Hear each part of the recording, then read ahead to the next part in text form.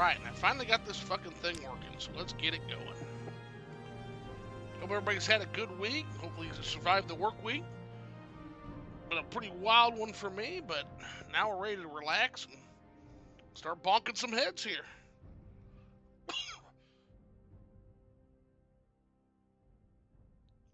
Alright, so to start this baby off, I have a very special thing in mind for this particular character.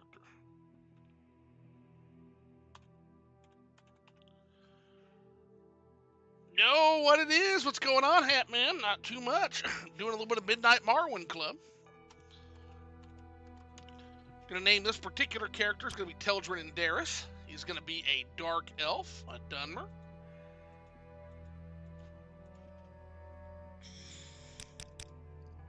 I like those tats. I like those face tats.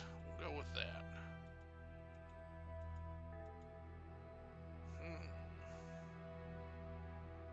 Also kind of like this mohawk with the long hair guy look. That's pretty badass. We're going to go with that. We're going to go with that. So, first mod worth mentioning is the Character Gen mod, updated for 2024. Skyrim, Home of the Nords, Tamriel Rebuilt, Tomb of the Snow Prince. The whole fucking works. So this is going to let you start a character in Skyrim. Going to let you start a character in Tomb of the Snow Prince. Going to let you start a character when it finally drops, which the reason I'm playing again, I was on hiatus because I thought we were going to get the Strident Coast. Well, turns out that there continues to be complexities of being a mod team that is made up of entirely of volunteers. They're going to work at their own pace, and they should. And it's done when it's fucking done, and it's not going to be done for probably till late November now, from what I'm hearing. So we're going to go ahead and we're going to get rolling. We're just going to get rolling on a character. Because I'm suffering from fucking Morrowind withdrawal already. Like, got the bourbon poured. We're going for it. Mohawk is very Dunmer. Mohawk is very Dunmer, but we don't want to steal directly from Endoriel Nerevar's hairstyle, so I kind of like the length of the hair here, too. I think we get a little bit of everything. We get, like, these little side ponytails. We get, like, the mullet. We got the mullet hawk with the side ponytails. Like, absolutely. Exactly, Hat Man. If they need those few extra weeks, it is what it is. Like, that's why I try to tell peeps, like, let's be fucking patient, because these guys are literally doing the Lord's work over there. It's going to be awesome when it's done, and it's done when it's fucking done. And I wouldn't have it any other way either, Hat Man. So, to those players who are getting a bit impatient, just go play some fucking Morrowind. Haven't they given you enough? Hell, we've got, what, an extra 3.5 games of content, is it? So, no, we got enough. We got enough to explore while we wait for Cyrodiil to open up. All right, so we are rocking the new character generation mod, which kind of gives us some options in terms of where we start our game at. We're gonna start in Skyrim this time. We're gonna try that again. This time I'll remember to save my fucking game. That way, if it does crash on us, we can just jump right back in, right? Because it's a little unstable up there. That's something that will be fixed when they update Tamriel data for the Strident Coast. One of the things they're doing is they're going through Skyrim and they're editing all the Home of the Nords, and they're editing out some of those references that might be overwhelming the system, right? So we're also utilizing a race mod, my favorite race mod, which is called Reincarnate. Like, I totally understand wanting more in the completeness, but yes, we have so much quality Morrowind to explore, yeah. Yeah, and it doesn't come out of fucking nowhere. So all these people that want to be impatient, like, I'm going to tell them like Mort always tells them if you ever go to the Discord, which is, hey, you can make a showcase and make it happen a little sooner. The more bodies we have, the sooner it gets here. So rather than complain about it, why don't you make an interior showcase and start pitching in to help the fucking project, right? That's the way Mort sees it. I totally agree with him. If I wasn't too busy playing the fucking game, I might have to pitch in eventually too. So this is a mod I really like. It's called Reincarnate, and to show it off, it balances out some of the racial perks. Like, everybody knows Redguard was fucking totally overpowered, right? Well, look at this. Now Adrenaline Rush, it still gives you the 25 points of strength, agility, speed, doesn't give you endurance, and it fortifies fatigue and restores fatigue instead of giving you that health boost, etc. So it nerfs that a little bit, but it's still very useful. Still the most broken fucking thing in the game. Same with if you go up to, like, the Orc. Fixes Berserk. So Berserk now only drains your agility 50 points for 60 seconds on self. And it has nothing to do with the fatigue at all, which is awesome. Which is 100% awesome. And then, again, Forged from Pain. Orcs now get 25% resist normal weapons, which is fucking incredible, and 25% resist magicka. They're also going to get an extra 25 health points and an extra 5 to their attack. And then also they've got some still great bonuses: block, heavy armor, medium armor, axe, armor. As far as bonuses, Orcs always got pretty good bonuses. Nord, same here. Nordic resistance, going to resist frost, resist shock, same as it ever was. But they're going to get a fortify attack as a warrior of shore. And Thunderchild also has Woad and Thunder Shock in it together now. So it both shields you and it does it. Yeah, it's really cool. Khajiit, in their thievish nature, gets 4 bonuses now. You have a toggleable Night Eye. You have a toggleable jump and slow fall spell. You get fortified to security, sneak, and mercantile. And you also get Claw Dance, which is a power once a day, which fortifies all this stuff, which is amazing. So every race gets it. Now, the race we're playing, Dunmer, what Reincarnate's going to do is it's going to, let me get back to my face here. Sorry, just mod talk. A little bit of mod talk, guys, but that's part of why you come here. And I will link this mod as soon as, we're going to start linking these mods that I talk about as soon as I get off. And I think that'll give some utility to the video a little bit more. Now, he's going to get Ashen Skin, resist fire 75%, and this mod throws in also resist blight disease 75%. Made no fucking sense that Dunmer, who live with the blight every day, haven't developed some kind of a resistance to it, right? Callous and Cunning, so now the Altmer and the Breton aren't the only fucking race that gets a Fortify maximum magicka. Now, the Dunmer doesn't get as much as the Breton or the High Elf, but Fortify magicka, 0.3x%, pretty badass. And then Ancestor Guardian is going to give you Sanctuary 30 points, so they drop it from that broken fucking 50% chance to avoid all attacks for 60 seconds, and you summon your Ancestral Ghost in one move. So that's Ancestor Guardian, which is a really cool power. So we're going to go with that. Alrighty. Next thing we're going to do is classes, and that remains totally unchanged. There's no changes to classes whatsoever, although there are some mods I'm looking at for that. This mod class is going to be called Champion. This is going to be a very martial class, guys. Combat. We are going to fortify. Now, to make up for the Dunmer's crazy weaknesses, what we're going to do is we're going to do personality and willpower. And you'll see why. Like, yes, we're going to be less strong initially, but we're already going to be broken fucking strong in this mod, so. Skills are going to be Long Blade, okay? Next skill, Axe. Next skill, Spear. Next skill, Destruction.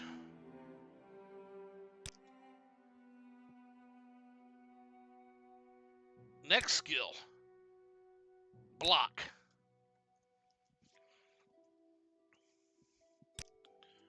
Now we're going to go over here and we're going to do Marksman. We're going to do Medium Armor. We want Athletics. We'll put Athletics down here at the bottom. Let's do a Speechcraft since we're more of a champion, so we're an Inspiring Warrior. We'll do Speechcraft. And naturally, that'll leave Armorer for us. And there's our class, guys. Make sure I'm not missing anything I want.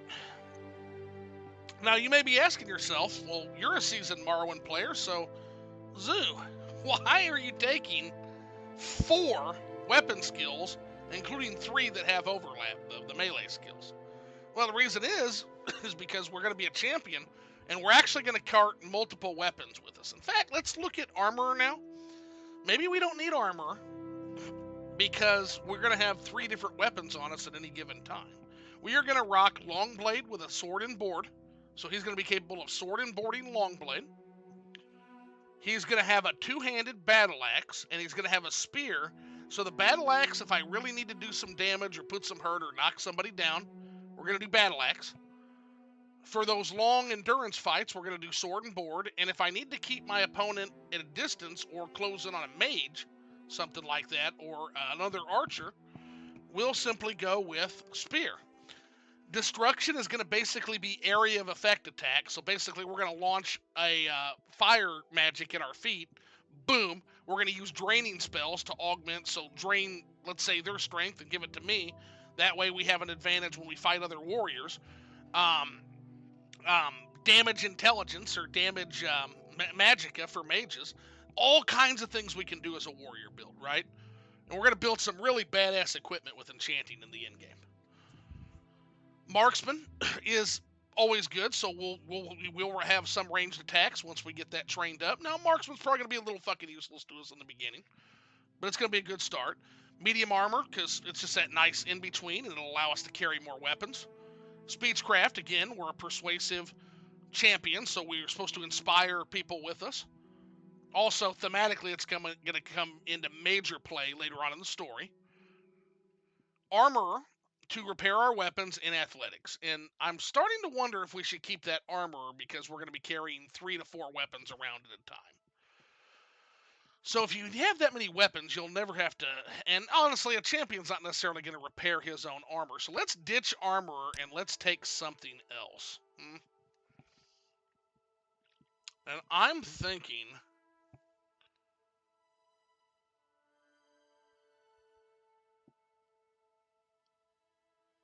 Mercantile is always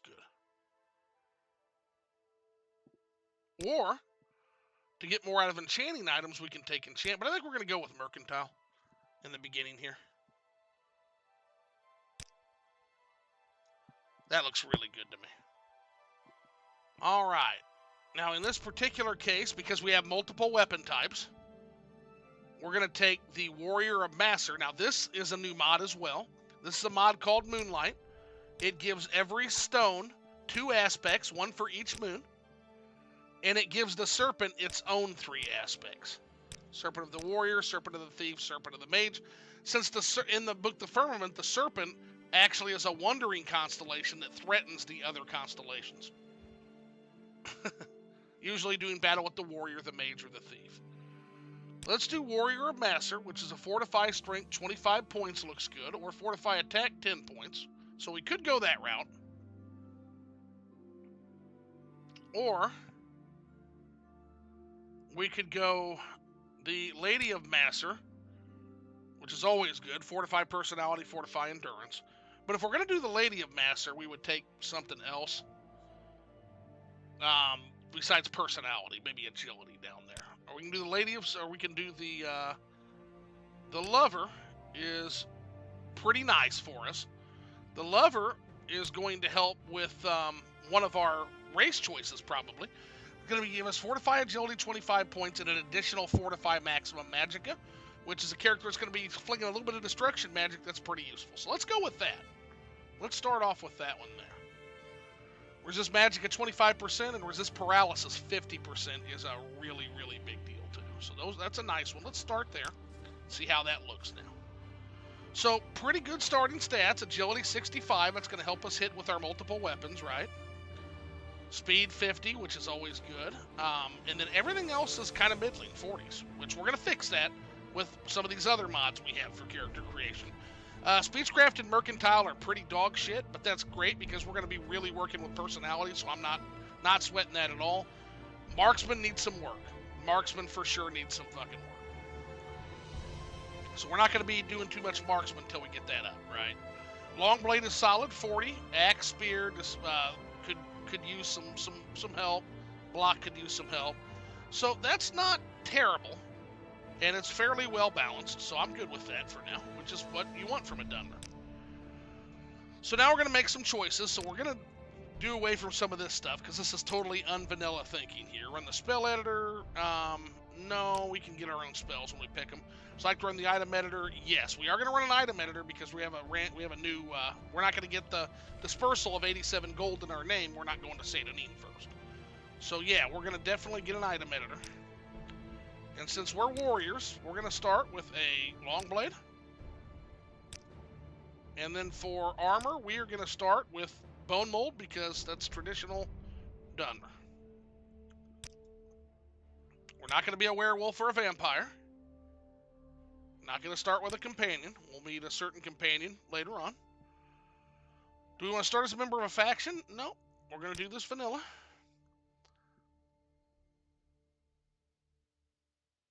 And where is the mainland?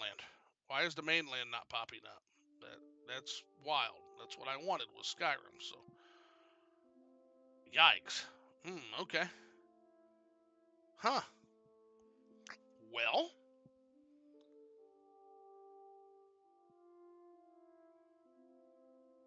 That sucks. Let's see. Lucky me, I was looking for something to watch, and I found out you were streaming, Zoo. And yes, the Duchess has arrived. Sorry about that, Brooke. I'm so immersed in this new modding structure I've got. But welcome in. Welcome in. Damn it. That kind of sucks. Not going to lie. I wanted to start in fucking Skyrim for this build, but we'll start. Okay. That's fine. Let's start in... You know what?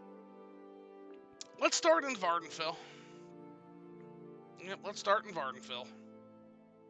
So we'll just do the thing then. Being processed in Seyda Neen, sure. You know what? Sure. Fuck it. Well, not what I wanted to do.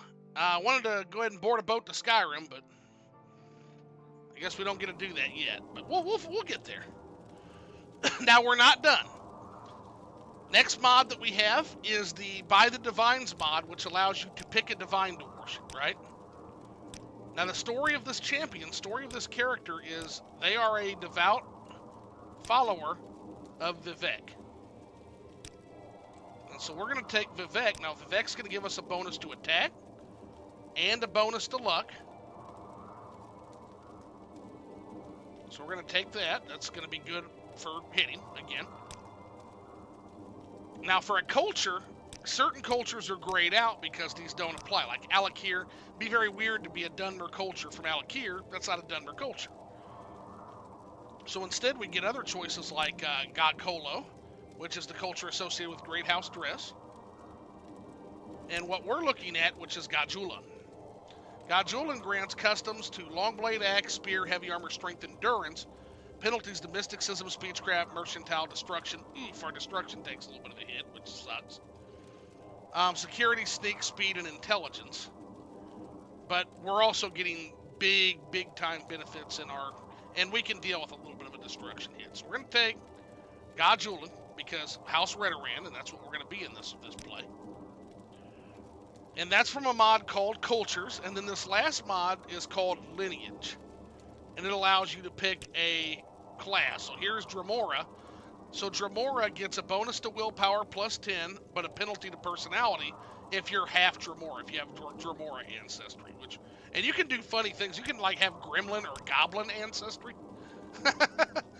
But we were looking at two, potentially here. We're looking at half Altmer and Pure Blood Dunmer. So we'll start with half Altmer and see what that does for us. Fortify Maximum Magicka, which is good. Bonus to Intelligence, which is good. Weakness to Magicka plus 50%, which isn't as bad for us now, because we also have the burst sign we took, which is Mooncalf, and a penalty to Strength, a little bit of -5, which we're not going to be hurting in the Strength department as a Gajulan Dunmer.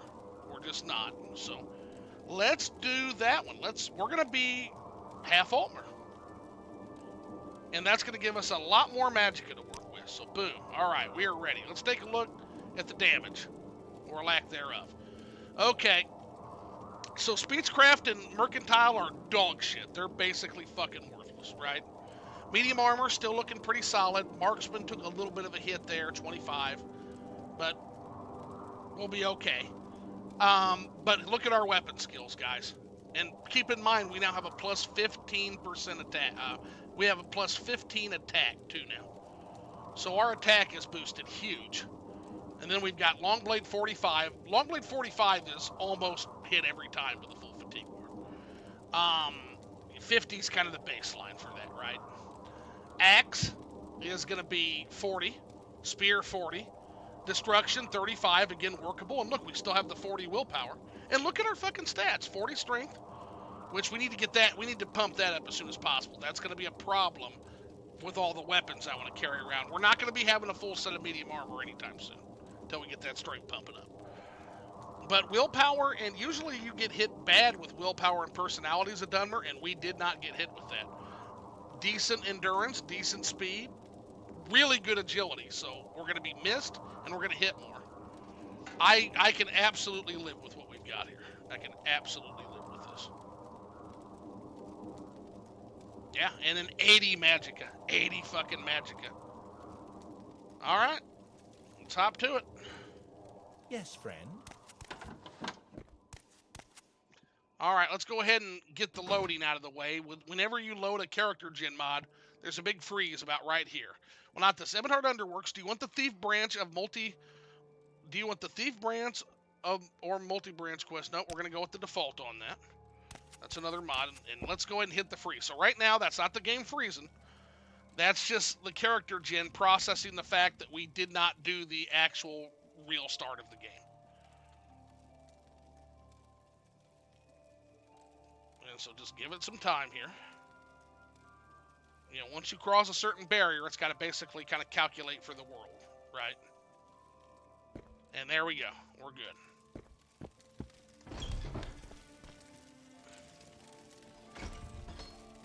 Yeah, game has to do the big thing, yeah, which basically it's doing while you do character creation normally, and it didn't get a chance to do that this time around. Well, this is kind of weird. We're getting off a prison boat, and we have basically full bone mold armor. It's very funny. That's very, very funny. That's pretty damn good. My inventory is like lost. Yeah, we got magic menu, all that stuff. Pretty fucking funny. It is what it is. I would not have done that, guys, if I wouldn't have known we were starting in Skyrim. I only did that because I knew starting in Skyrim was going to be a fucking bitch damn. And we're not we've never been much of a helmet guy, so we'll keep the helmet off. Not a bad start, though.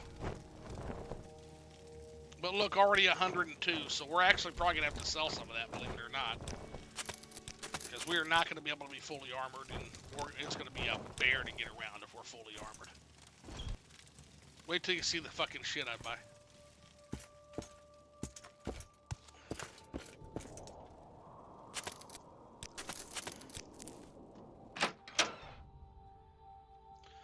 This place is uncanny and alien, yet as you look around, some part of you, some part hidden in your subconscious, makes you feel like as if you've been here already.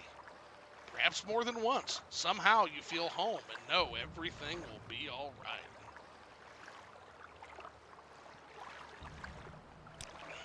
That's a mod called Remembrances, so at certain points in the game, there'll be a flashback and my character will remember something that they shouldn't, almost as if they're seeing back into a past life.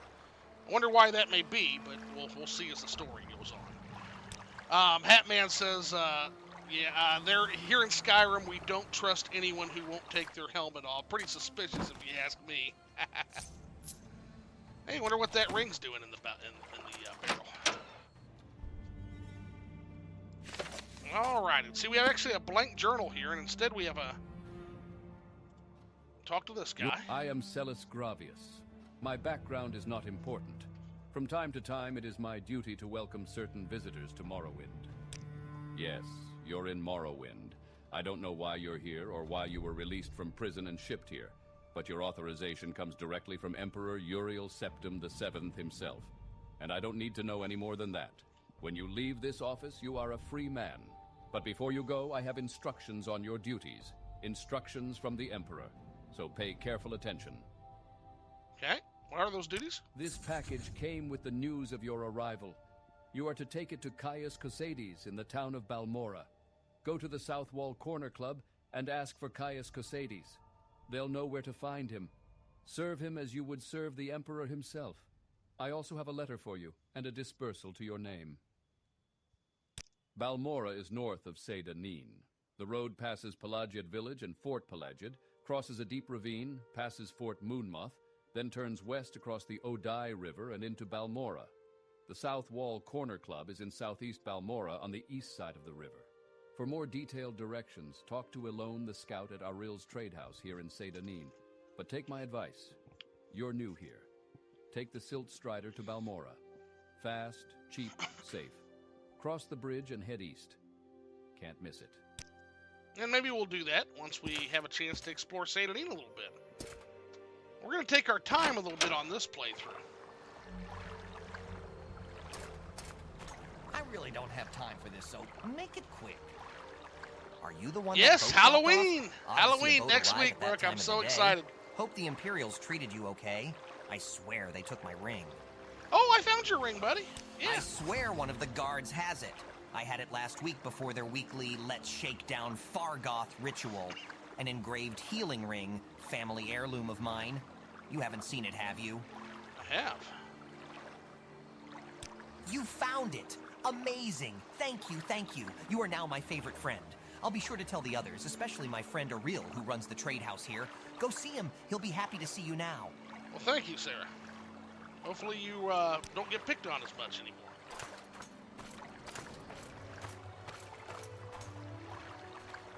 Yes, what do you want?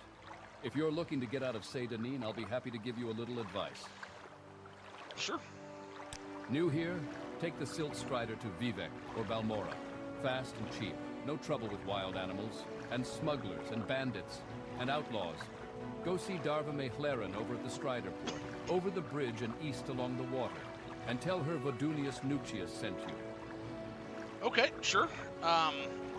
When we go to leave, we will do that. For now, we're going to go see Aril like our friend Fargoth just told us to do.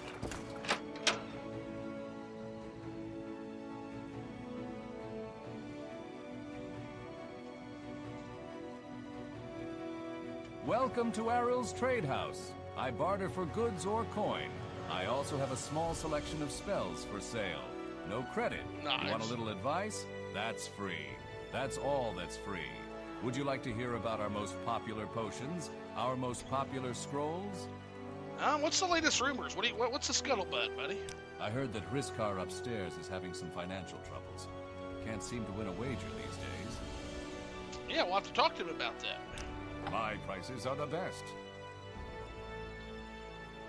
All right, we'll go ahead and get that helm sold. That's going to help us out. That's pretty valuable compared to a lot of the shit we're selling. We did get some slowed soap, but we got a pretty shitty draw of stuff this time around. I got to tell you.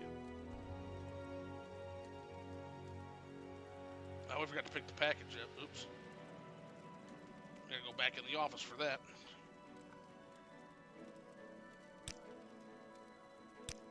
Refused? Okay, there we It is an honor to serve you. My goods are the finest in town. go. Alrighty. We picking up an iron battle axe. And we're gonna pick up an iron spear.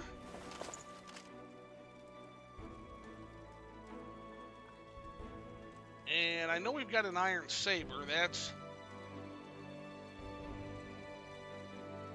let's see how 15 weight. Iron broadsword is going to be 12 pounds. We'll go with broadsword. Even though it's less damage, it's less heavy hitting.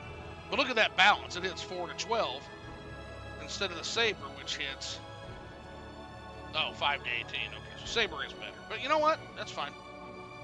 I like the broadswords better in terms of a look. And if we need to fucking cream something, we can always like just blast them in the face with a battle axe, right? So yeah, pretty heavy dude.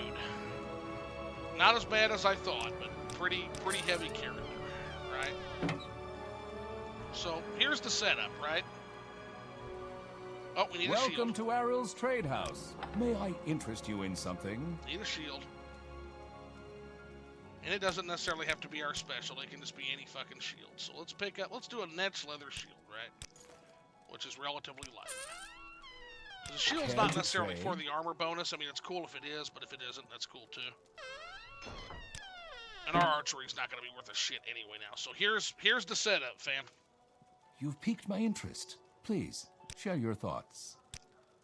First setup is going to be the broadsword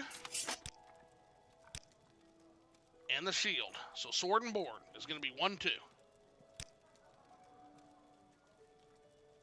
For heavy fights, we got the iron battle axe. Last but not least, got the spear if we need to hit him at a distance. That's the setup. All right. Look at that piece of shit we're waving around. That's awesome. Look at that rust-spotted piece of shit. All right, let's go up and talk to Riskar. You look like you could use a friend, Outlander. Perhaps I can be your friend. I'd like you to help me recover some gold. Okay. I'm listening, but... That's right. See, I had a bad run of luck playing 9 holes and lost a bit of money. Normally, I'd be fine. We can usually keep some gold in our pockets just from the money the locals pay us for. Protection. But I know some of them are holding out on me, especially that little fetcher Fargoth. He's come up light the past couple of weeks when I've shaken him down. I know he's stashing it somewhere. I'd like you to find Fargoth's hiding place. We're not going to help you extort your I know the little buddy. fetcher's got one somewhere in town. Just not sure where yet. I've already gone through his whole house, so I know he's not hiding it there. I'd like you to find out where he's stashing his gold. If you can, I'll give you a share of the wealth. Are you up for it? I will not betray Fargoth like that. No, not this character. No? Well, I'll find someone else to do it then. Oh, yeah? We'll see about that. I've just got to find where he's hiding his loot. You're a jerk-ass. All right. You like to dance close to the fire, don't you? You're on your honor. Don't press your luck. Overheard you talking to Riskar. Are you interested in jobs like that? Not afraid of getting caught, are you? Well, it depends on the job, bud. But yeah, I'm always looking for work. If it's moral work. I need someone who can open a lock without being seen and fetch a book for me. You in? There's a logbook in the Census and Excess warehouse here in Seyda. There's at least 2 copies of it. One is always kept upstairs, and that one will be harder to steal. There should be another one near the storage area. Fetch it and bring it back to me, and I'll make it worth your time. I'm not doing that. A friend of mine says you have to visit the House of Earthly Delights in Suran. There's no way to turn it down, but if there's a way to get into the Census and Excess house and we have permission, we might do that. If not, fuck off. We're not doing that. See ya. We rent beds. I have some goods for barter. What do you want? Any rumors? I've heard that the local tax collector, Processus Vitellius, is missing. No surprise, really. He wasn't well liked around here. Okay.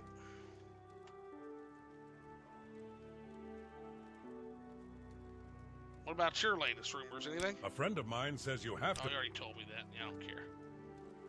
Now, where did I put... Go ahead. You're not interrupting anything. I'm alone. Scout. You need directions. Pelagiad, Balmora, Caldera, Ebonheart, Vivek. How about rumors?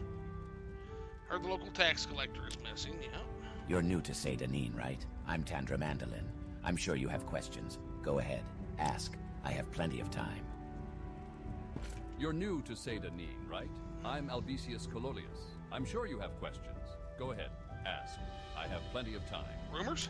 Did you hear that some fool lost Mentor's ring in Oh. a tomb along the Bitter Coast, or so they say? We don't rob tombs, so no thanks. Outlander.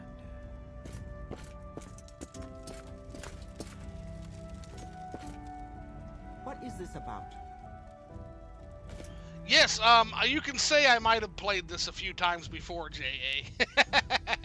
We're definitely going to be getting the Boots of Blinding Speed. At some point, our travels will naturally take us that way. They're really great. Here's an even better reason that they'll be great for us, right? So this particular character has a resist magicka of, where's that at? Oh, there it is. 25% resist magicka. So I'll actually be able to see with the boots in the daytime, which is going to be pretty boss for us. You know, I don't find it that painful at all, honestly, Jay. And the reason for that is, you know, it's a very contemplative. It's almost like a cozy game. Now, if you've got a lot of shit to do in a day and you want to do other shit besides play Morrowind, yeah, I can totally see it being painful. But sometimes you just want to just relax, take in the beautiful views, etc. So it's not something that I'm necessarily pained over, well, hello. For sure. I'm Tolvise Othrelin. This is Seyda Neen, swamp fever capital of the world. I suppose you're wondering what's going on here. I can tell you where the services are. There aren't many. And I can tell you the latest rumors, unless you've already heard them. What we got for me? My cousin claimed he saw a city in the water near Narmak. He's a drunkard, though, and spends too much time in the sun. No, he's not drunk, actually. Believe it or not, he's just... Well, he might be drunk, but he's just slightly misinformed. It's La Ode, not Narmak. But there is a city in the water.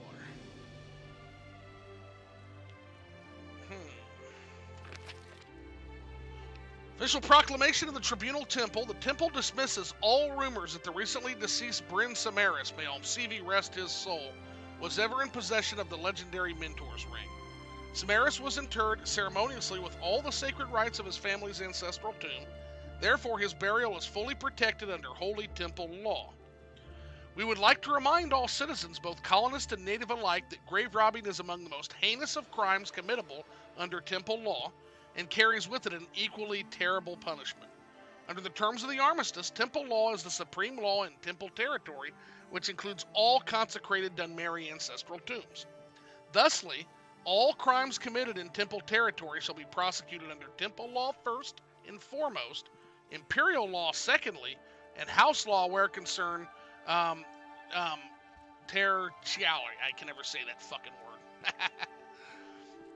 So, essentially what he's saying there is you're fucked if you get caught tomb robbing. You are fucked. Because they will just kill you. I can tell you that right now. The temple takes their burial rites very, very seriously.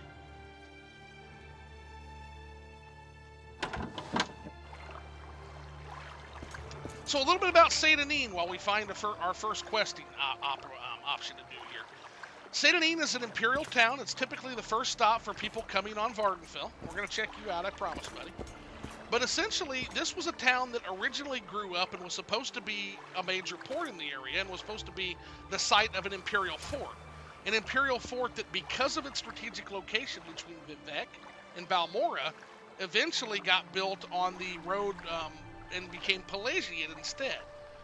When the fort got built in Pelagiad, it basically dried up any potential for this settlement to become a boom settlement. Hatman says, yeah, oh, don't touch our dead, it's rude. Shut up, Almsevi, be a real Nord, Breton, and take your ancestor stuff. They're not using it anymore. But you see, Hatman, if we take their shit, then the temple can't confiscate it and feed it into their giant fucking soul fins, right? So it's very, very important that those tombs stay where like they are, because only the temple can grave rob and do necromancy and feed their people's souls into the giant fucking fins, right? That's only gods get to do that.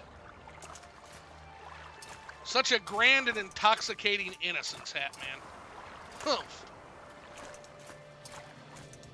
Loving the deep lore. Oh, we gonna get deep here for sure. Yeah, a lot of people don't know that about Seyda Neen. It was supposed to be an imperial fort, and we ended up. Elderfire is always a little bit of a rude bitch, but we'll catch up with her. Look at her, look at her go. She is just living her best life and has no time for a peasant like me. Look at this shit. Like, I'm starting to be kind of a creeper now, but haven't visited that yet, but we will definitely be going to get that. Oh my goodness! Like, she just has no time for us. You know what? We're gonna make her make time. Yeah. I haven't seen your face before. Would you like a little advice? Or are you looking for someone in particular? Take some advice, sure. You look like you can take care of yourself. Then why don't you do something about those smugglers in Adamasata's cave? It's right over there near the Silt Strider port. Yet these guards, look at them, just strutting around. Someone must have paid them to ignore the smuggling going on here. Adamasartus, eh? Yes, as I said, someone must have paid them. Please, Teldred and Darius, go there and see if you can find something. To get to it, you just leave town and take a left before the Silt Strider. All right. Hatman says, oh, my bad, of course Dagoth calls to me, but my family says I can't go. Can't a man grow a face tentacle in peace? Well, yeah, that's your fault, Hatman. You've got those surreptitious thoughts, those blasphemous thoughts. So, if you don't believe in the temple completely, you'll open yourself up to Dagoth's dream sendings, right? You don't want to do that. Just believe in our Lord Vivek, as it should be. Alrighty. Let's go beat some ass, huh? Huzzah! I have you!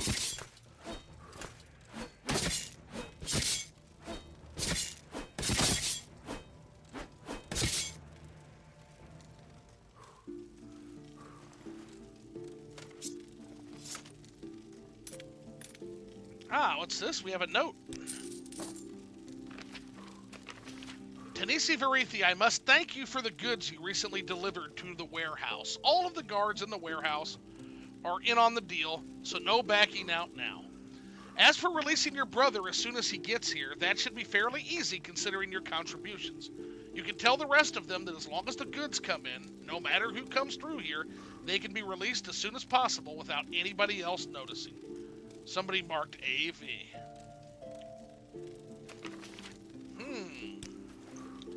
Things that make you go,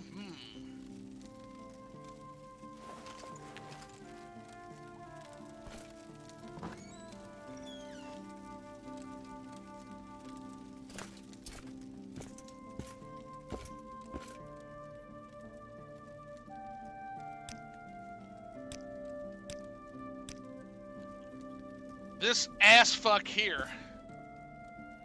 So the real question, do you abuse alchemy and how much? So in some of my God King playthroughs, I absolutely do, J.A.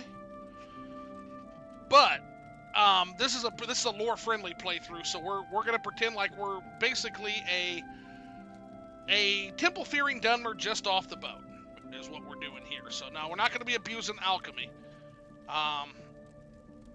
Do you seek to make us rise our head above our Lord Vivek, Almalexia, and Saltasil?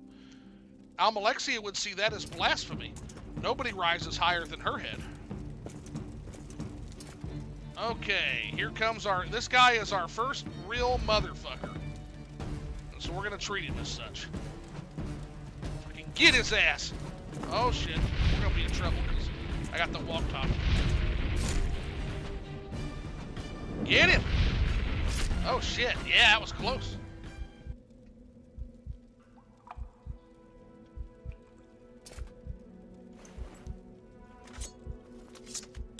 That guy is actually a lot of people's first test here in Morrowind a lot of the time.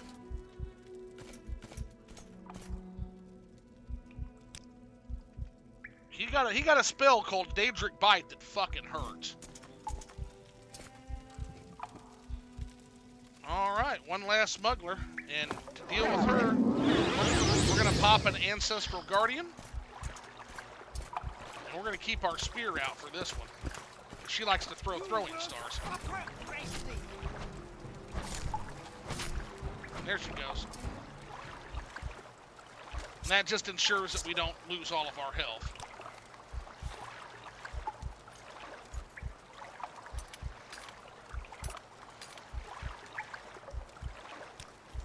The fence blocks me from my lord, LOL. Yeah, that's good.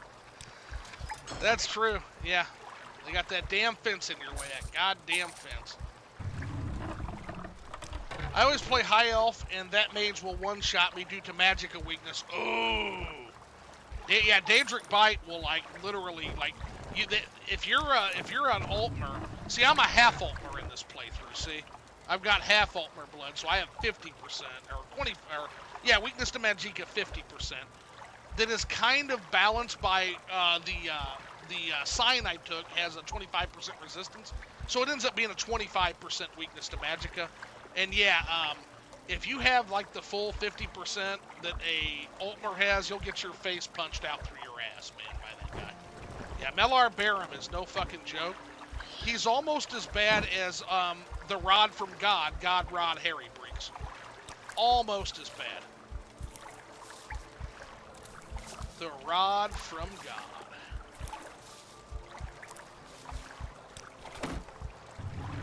That's the one that typically scares the shit out of me on a first playthrough. Because that guy does not fuck around. That guy will, like, one-shot you. Like, legitimately one-shot you. We'll leave the skooma for now, and the reason being is we can't sell it if it's in our inventory. And it's kind of silly ass to just drop it all on the fucking floor. So we'll come back in here. Plus, we're going to need to explore deeper into the cave anyway.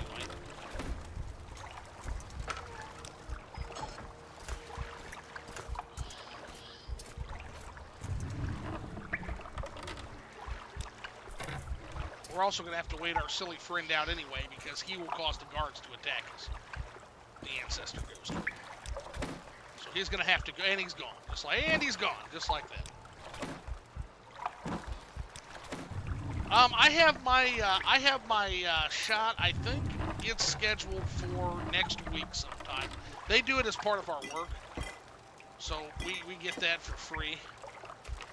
And my company, I make sure that we do that for all of our employees who want it. Like, yeah, 100%. We'll have to come back for the business. Yeah, High Elf. High Elf against that particular guy. Ooh. Holy fuck.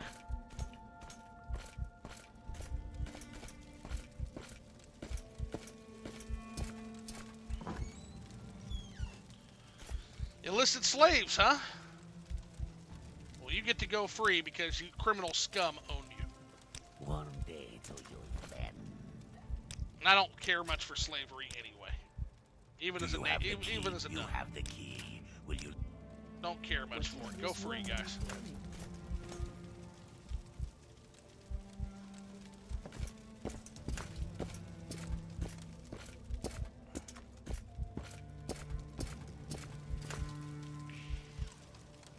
All right. By the way, let's kind of talk a little bit about this particular cave setup. So this whole cave, this whole operation reeks of amateurs in over their head, doesn't it? Take a look here. It's a cave that's right out in the open. You can see it literally from town. You can see the entrance from Sam Angles, which is how they got fucking caught, by the way. No sentries posted outside the door. One woman with a dagger at the front, and the other two dipshits are in the back. Absolute amateurs. Absolute amateurs. Nobody even watching the door as you walk in. Terrible operation. Sign of the Atronax, so I have 50% chance of survival, but still don't risk it. Yeah. No, Melar Barum, one Daedric Bite to an Altmer. Yeah, you fuck. Spellcasters are a problem for Altmer, but I'll tell you what, later in the game, the Altmer might be pretty godlike. They've got a big maximum magic bonus. Brooks says, I still have to get my flu shot, but I have had my COVID shot. Yeah, I think we get both at the same time, or if they give it to us that way.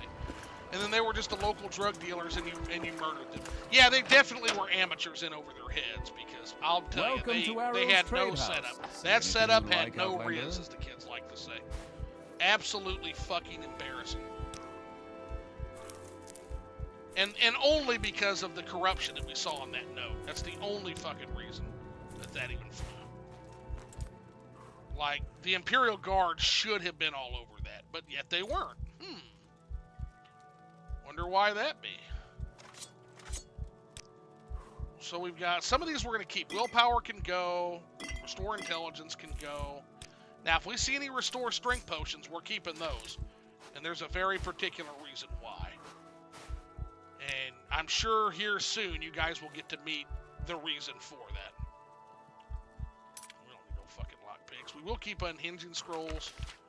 And we're not going to do much with spellcraft this particular fucking playthrough, so we'll get rid of that. We'll keep the torch. Probes are always handy. We're going to keep the probe. That's going to get us to 510, which I'm good with. Not too bad for starting out in Morrowind.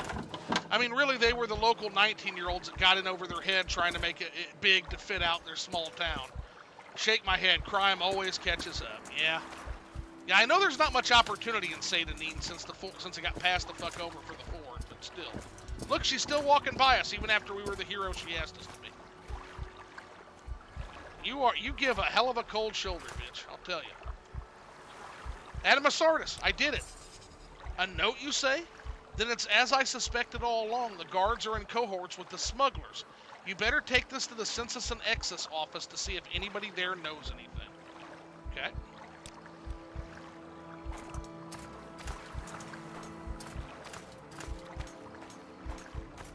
Can do that.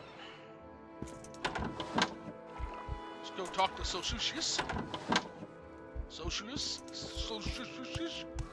Urgala. The man that nearly everybody has something to say to. What's this regarding? You got a little bit of a smuggler problem, and you got a little bit of a corruption problem in your office, my dude. I see, and you seem to have proof to go with it, too. Very well. We shall start on an investigation, and by we, I mean you. I will just sit here while you search around. But first, you should check the Census and Excess warehouse. Here's the key, and I give you permission to search around freely. Please come back after you've searched the Census and Excess warehouse. Yes, this is Morrowind. You're in the Census and Excise offices in the port of Seyda Neen, in Vardensel district of the province of Morrowind. You know, if you lived here, you would think you would at least know how to pronounce the name of your town. How we doing on weight? Still not great.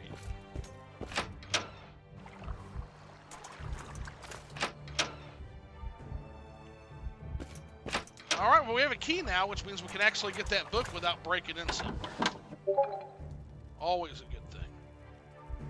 And what we're looking for is moon sugar and skooma. But for the start, we have permission to look around, so we'll take that book. Since we know there's corruption here now, I have no problem stealing that book and getting it hopefully to somebody who can do something with it, because fuck these guys. And he was asking, there's 6 moon sugar. There's 6 moon sugar. Some really primo equipment here for people who are, but again, we're pretty moral characters this time around, so we're not going to take any of this stuff that we're not permitted to take. We specifically, and there's the scuba. Okay. Well, there it be.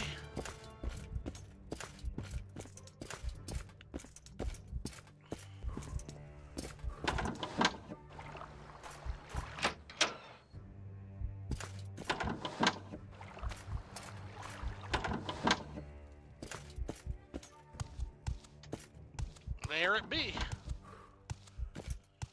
No, yeah, the Imperials are the good guys. Yeah, an Imperial guard told me so himself. Yeah. Yeah. What do you want? It's a sad day when you hear one of your fellow agents is in cohorts with smugglers, but now that I know, I can do everything in my power to thwart her plans.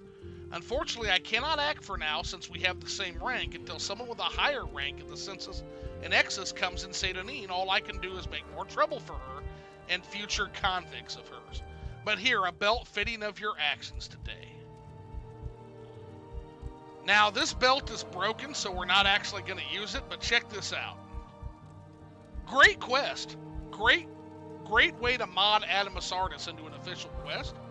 The reward, though, look at this shit.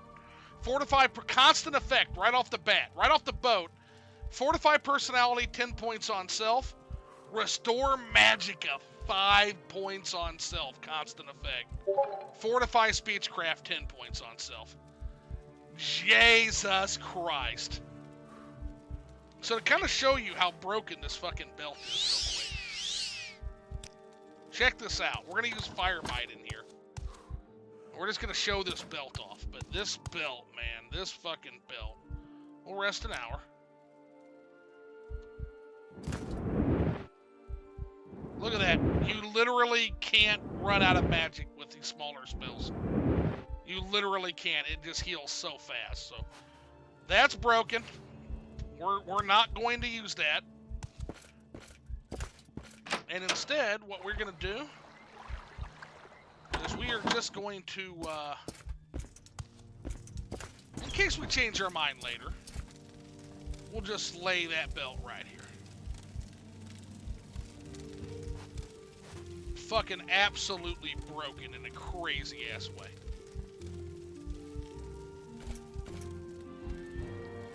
Sounds like a noob crutch. Why put it behind the yeah, I have no other problems with that particular mod. That's a good mod. It's a great, easy way to make Adamus Artis a quest, but the reward is way too big, way too strong. Yeah, can't even think about it yet. Pretty wild stuff. So that ties all that nicely. And now we've also got the book to give to our friend Raffled the Bragger. And now that we know they're corrupt again, I have no problem fucking trying to get that set right. So.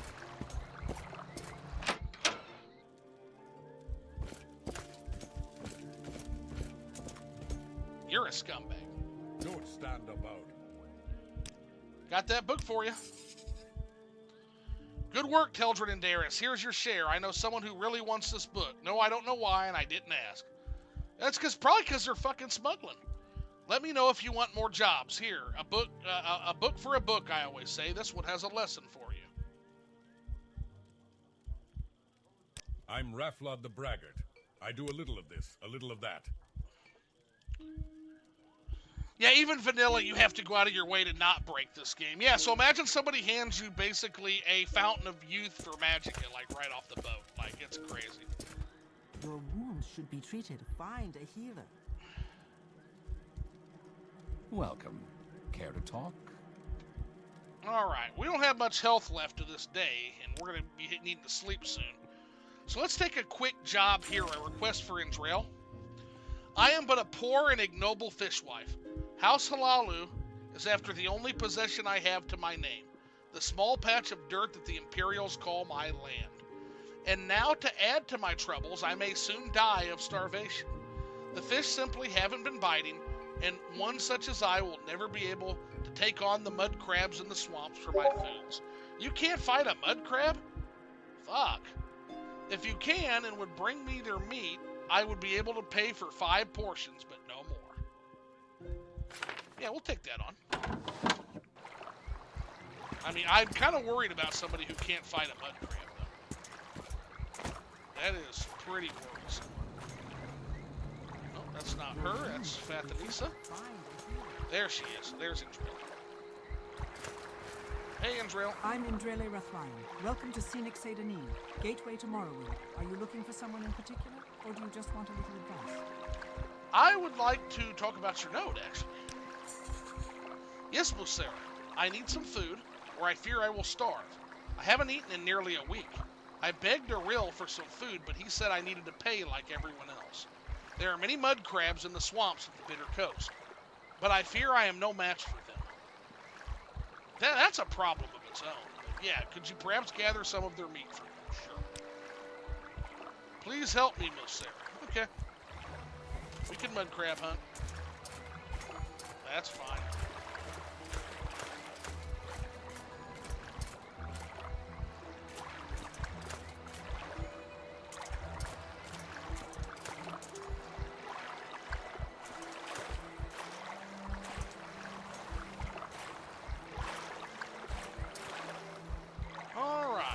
For mud crab. There's one. Oh, there's one. Get him.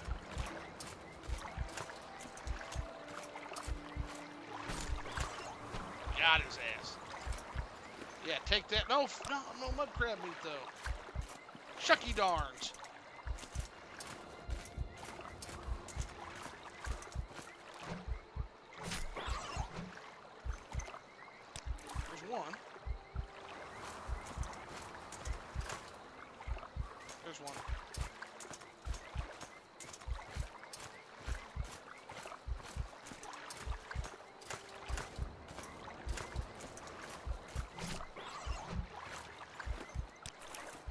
2.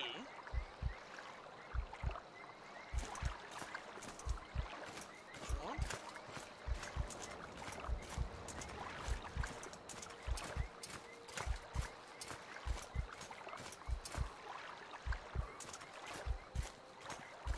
Ah!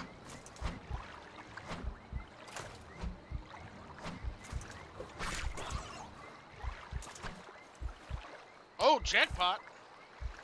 How many is that for? I need one more.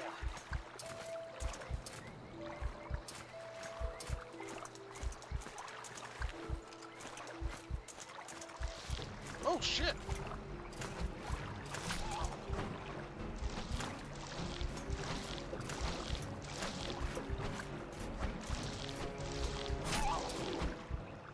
That's why spear is OP.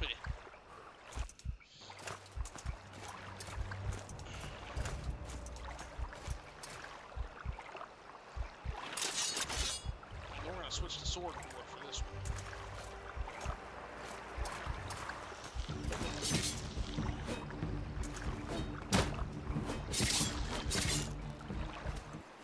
Got him.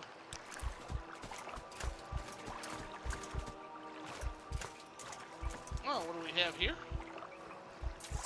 Yep, low-level Morrowind always be like whiff, swing and a miss. Well, we found the tax collector that was rumored to be missing. Oh, shit.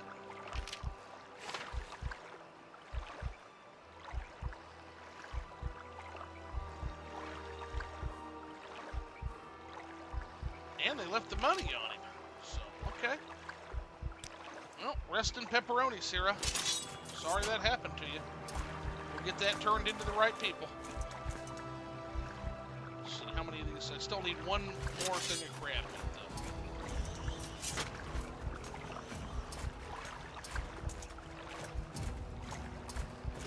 There it is. See him up there. Is that a... Yep, that's one. Doblin the Goblin. Hey, yoy! What's going on? Love the name, man. Welcome in, welcome in. Oh, me too, man. This Morrowind is I've been playing Morrowind constantly and consistently, literally for 20 years, man. It's my comfort food. It's my soul food. My chicken soup of gaming.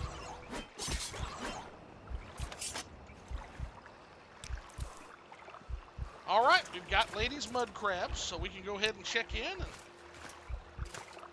also get moving on this other quest to find out, you know, what happened to this tax collector.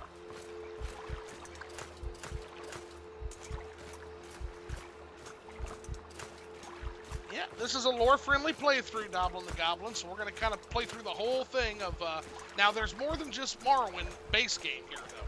We've also got, I haven't shown everybody the map yet. We've got Tamriel Rebuilt. We've got all of Tamriel Rebuilt we're going to be exploring, too. And we've also got Skyrim at some point. We'll be going to the Reach area of Skyrim, too. So. And eventually, when it finally comes out, we'll go to Anvil. So we've got a lot to work with here. We've got a lot of game to explore the lore of. Same here, but Oblivion for probably about 11 or 15, definitely a comfort game. Oh, nice, yeah. Yeah, Oblivion, I need to replay Oblivion. I remember playing the shit out of Oblivion when it first came out, but quickly went back to Morrowind. But I hear that, like with any Elder Scrolls game, I hear the modding scene for Oblivion makes it absolutely godly.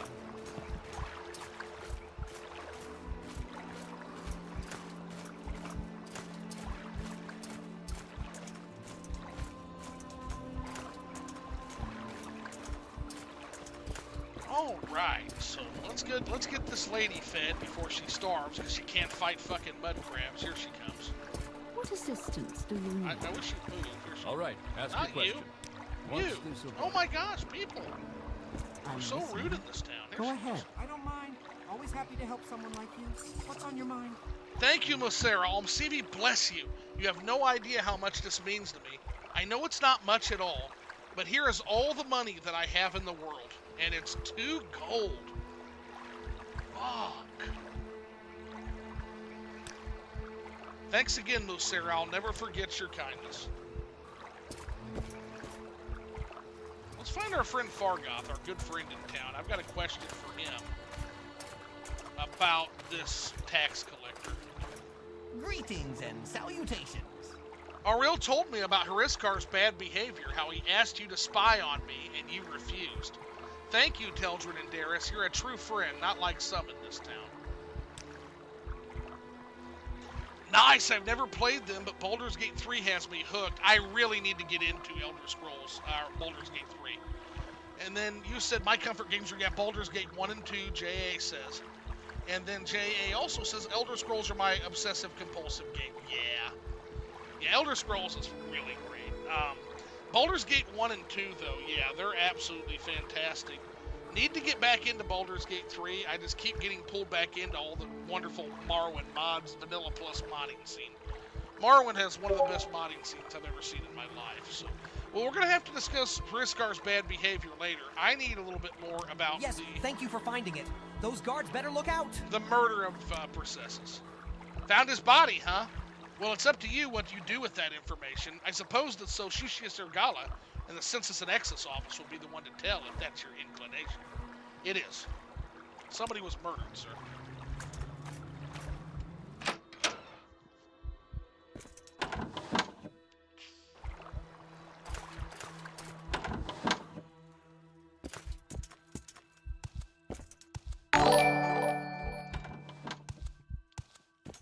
Somebody subscribed, I heard it. And again, not necessary to subscribe, but thank you so much. I love it every time. This is my first stream of this playthrough, yeah, so we're just starting out.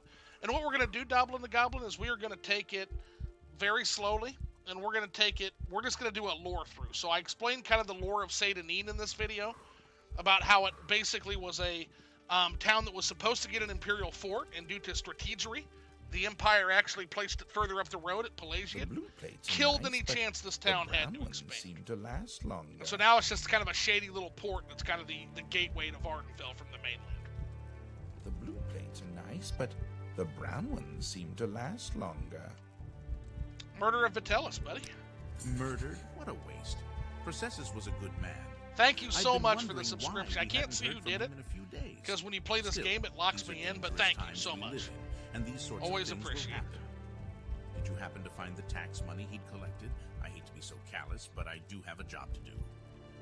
I did find the 200 septums on his body. Lawful good character, so here you are. You did? How odd that he was murdered but not robbed. Your honesty is appreciated, I can tell you that.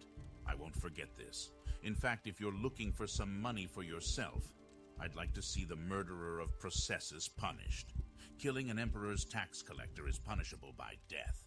Find his murderer, bring him to justice, and the Census and Excise Office will pay you 500 septums. Okay. Hope you'll bring that murderer to justice soon. Yeah, the voice acting is really good. That's a mod called, and I'm going to put that, when I get done with the video, the next thing I'm going to do, instead of being lazy like the last playthrough, I'm going to put all of the mods that I've talked about, I'm going to put them in the description so you can find all the mods that go into this playthrough. And that's a mod called Kinzia's Voices of Vardenfell. So it's Voices of Vardenfell is what it's called. And long story short, it's voicing about 70% of the lines in Vanilla Morrowind. It's got about 70% of them. And he updates every now and then. He's going to eventually get 100%. There's another mod that does the same thing to the lines in Tamriel Rebuilt. The problem is, it's nowhere near as fucking good, man. When we get over there, we're going to have a laugh at the voice acting, because it's all AI. And so is this one. Voices of Vardenfell is also generative. It's a generative AI is used to do it. But he also went through and touches up every line, which is why it's taken him so long. Whereas they just AI translated that shit, they didn't edit it, they didn't review it, and they just dumped that shit for the Tamriel Rebuilt.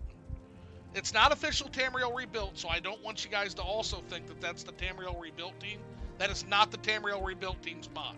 That is some random guy that just wanted voice acting on the mainland, and it's woof, woof, woof. It's bad, guys. But it's funny, and I don't have to read every line, which would literally kill my throat. Would just murder my throat to death if I had to read every fucking line of this game.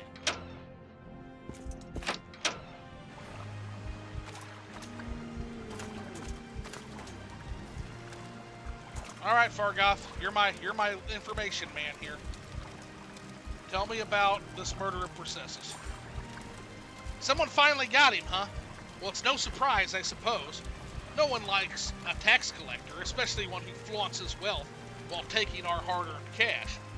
Only one who could stomach him at all was Thever over at the lighthouse.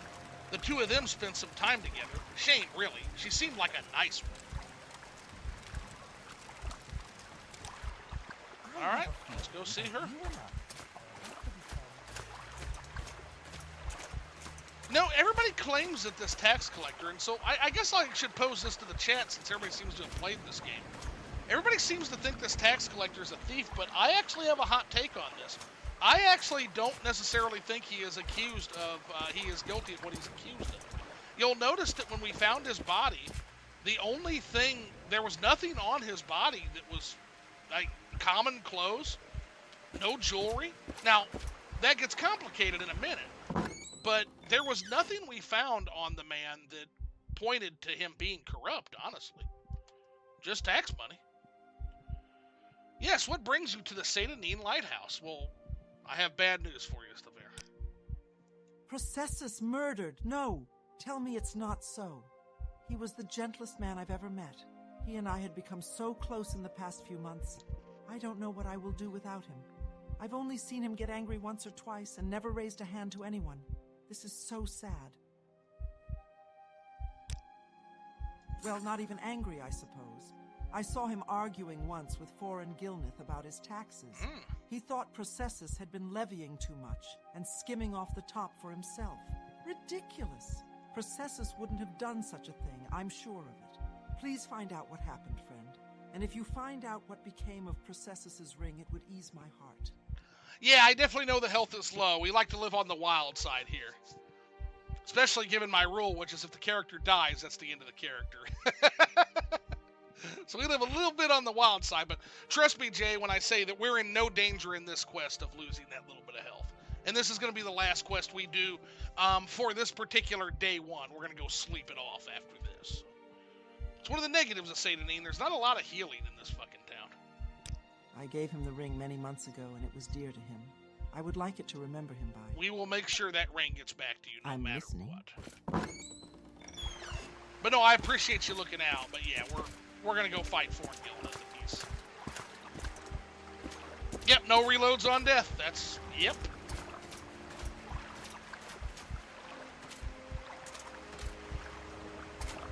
Yeah, unless it's really a stupid thing. Like sometimes something really dumb happens. But yeah, that's why it's always best to prepare. That's why I'm just kind of slowly walking, just catching my breath before we go in to confront this this potential murderer, this suspect. We're gonna break out the big hardware in this case. We're not fucking around with this guy, and he uses unarmed attacks anyway. So. What do you want? Here to talk about the murder of Processus Vitellis. That fetcher?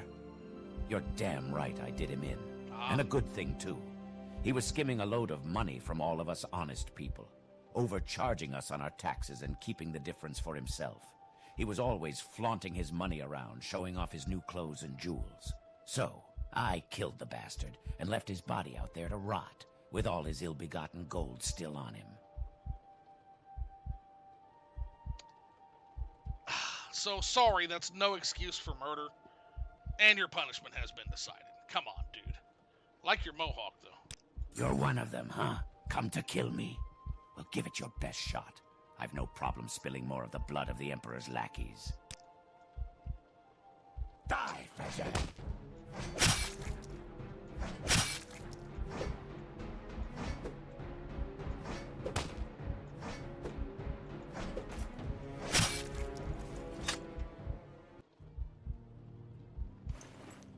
There's the ring.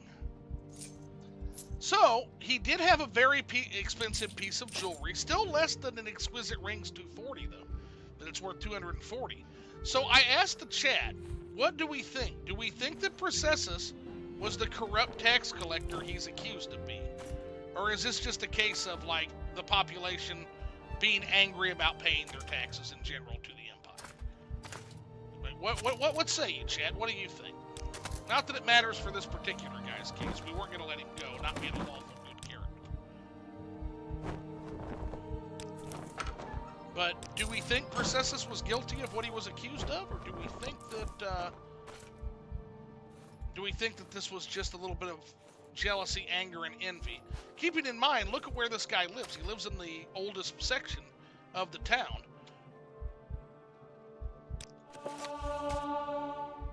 So he lives, this shack town is what it was before the Empire showed up, right? So he got to, so think of it from the perspective of foreign guild. This was Seyda Neen before the Empire arrived. And they show up right where you do your fishing. They build all these houses up. They start to colonize your land. I can see the resentment. It's no excuse to kill somebody in this particular case, especially somebody that really doesn't seem to be that awful corrupt. She said she bought the ring. So that wasn't corruption. That was literally bought by the Dunmer lighthouse keeper, right? I don't know. But again, Seyda Neen is a perfect town to introduce the complexities of Morrowind's political and social scene. Absolutely the perfect entry point. Brick Barnes says, I think he's really angry and jealous. Yeah, I'm not buying it either. Anything important. Not in this case. Are you looking for some specific place in Seyda Neen, or just looking for a little advice? Well, here's the ring we promised you. Oh, you found the ring I gave him. Thank you so much.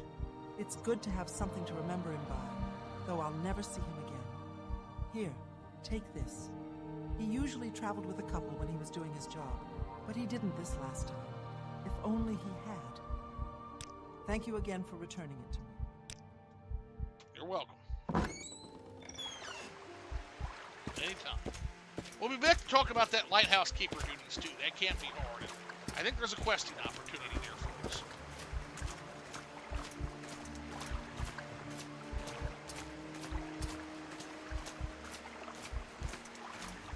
I think it was Bad Blood Hat Man says, I think he took his duties so seriously that the Dark Elf could not see past his bias. Yeah. I think in turn he takes that anger out on the closest part of the Empire he can. Also, love your comment there. Is that not the beat of the heart chamber reverberating through the bones of Nern? Must be dozing off again. Does the tax collector have his own house? Go see how much gold he got. You know, I don't think he actually has a residence. I think he stayed with the lighthouse keeper. But let's do a quick census of the town's homes. So that's Terurius Gervain's house. Over here we've got Vidunius Nucius' house. So even Vidunius has a house. Eldefire's house. What's this Your about? rooms should be fitted fine to hear.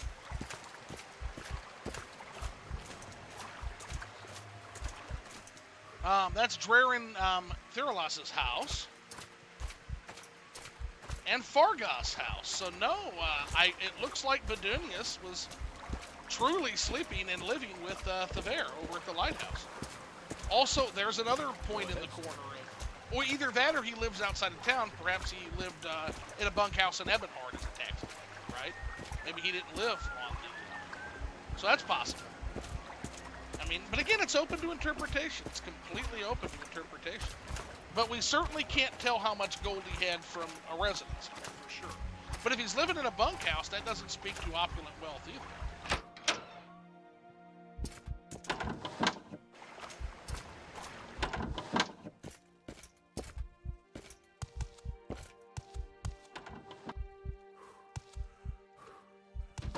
What's this, then?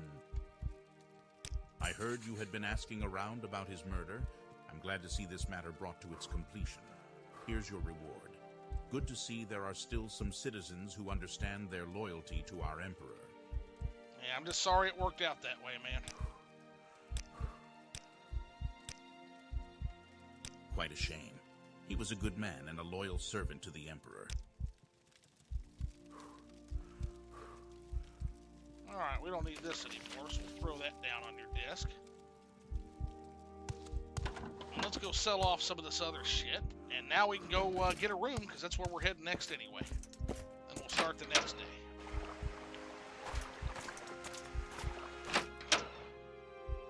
We did see a quest for both Fargoth that we need to do, and we also saw a quest for Thever that we need to do.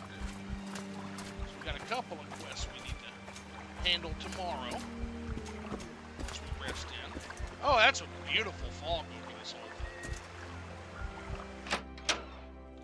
thing. Ooh, there's a good... Now, see, J.A. comes in with a curveball here.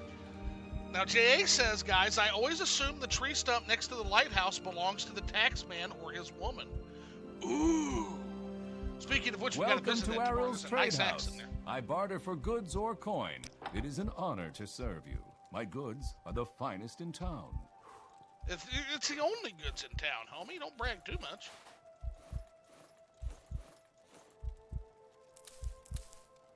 Hackalo is such an OP thing. It's so it weighs nothing, and you get so much gold for Hackalo leaf.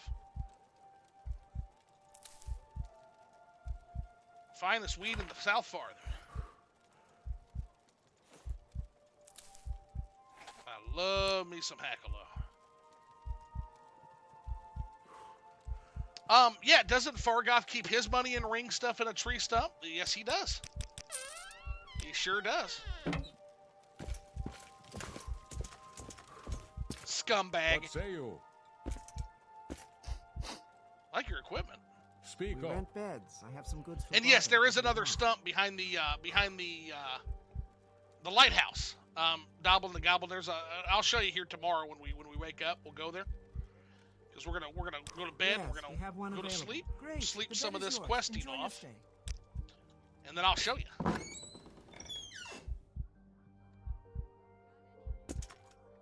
Nice little nook and cranny here. Two Stump Town. All right. We'll go ahead and put that a save point here.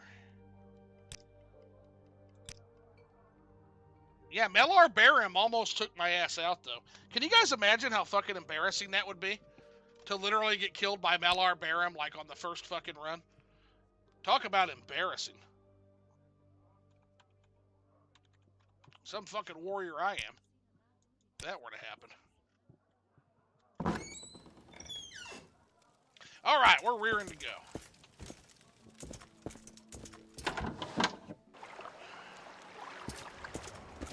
Alright, so let's go see the lighthouse keeper.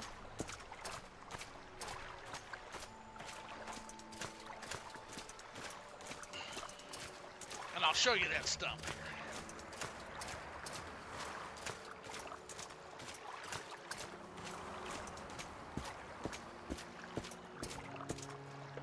Yes, Outlander.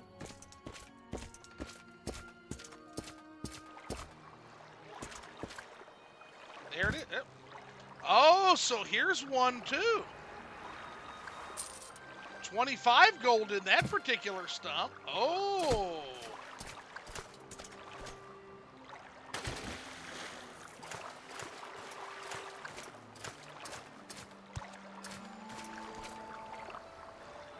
Okay, the intrigue is starting to build, chat. There it, oh. We were close. Oh my gosh, Jay, you might be right, homie. There was that was only 25 gold, to be fair. But 25 gold is 25 gold, right? And that's another stump, and then wait till you see this shit here.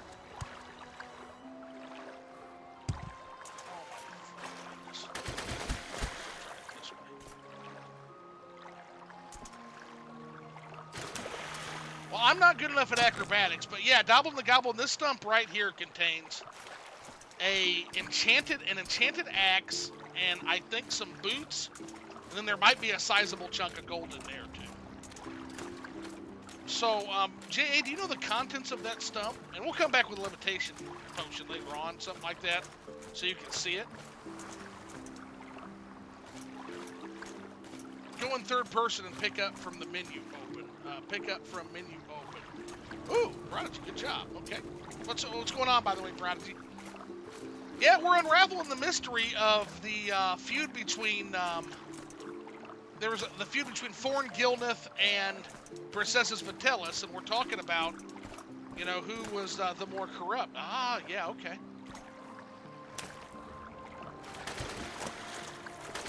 I bet now if we get higher up. I don't know what you mean when pick up from menu option. Because I don't necessarily... I can't remember everything, just a magic axe, yeah.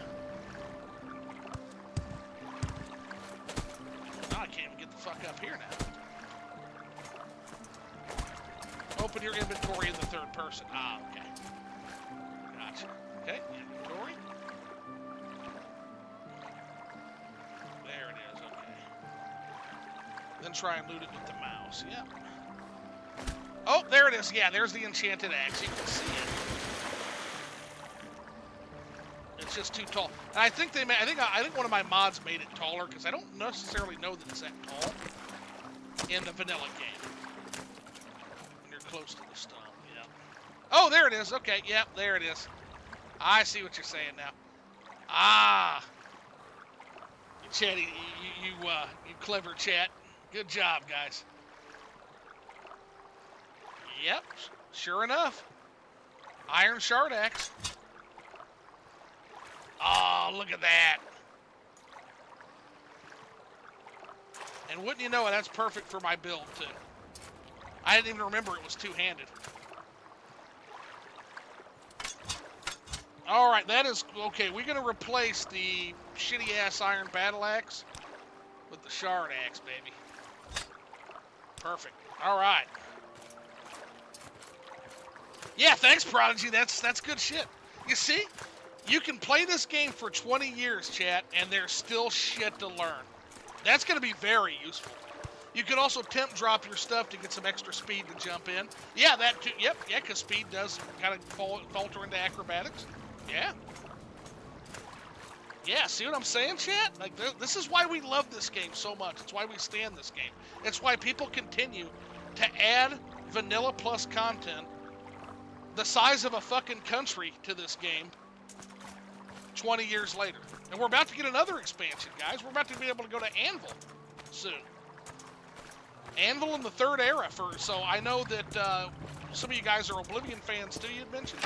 You're about to be able to go to Anvil in the third era by like late next month Trade at House. the max. See something It's you going to like? be an amazing time to be a Morrowind fan. All right, let's sell that piece of shit off. What's that get us? 24. We do 26? He will, yeah. We'll make it 26. Alrighty, while we're here, I guess we can take a look here. Trade house notice, what's that? Oh, that's just a... Not much beats watching Morrowind drinking some vodka, unless it's playing Morrowind drinking vodka. Right. I've actually got some bourbon. Got Blanton's bourbon poured. The bourbon is flowing. Yeah, it's like I was telling the chat, like there were some people were talking about, well, the slow movement speed, and you want to get those boots of blinding speed ASAP, and you do. They're correct. But drinking beer, yeah, so liquored up in Morrowind is absolutely a pastime that everyone should contribute to. But what I'll tell you guys is,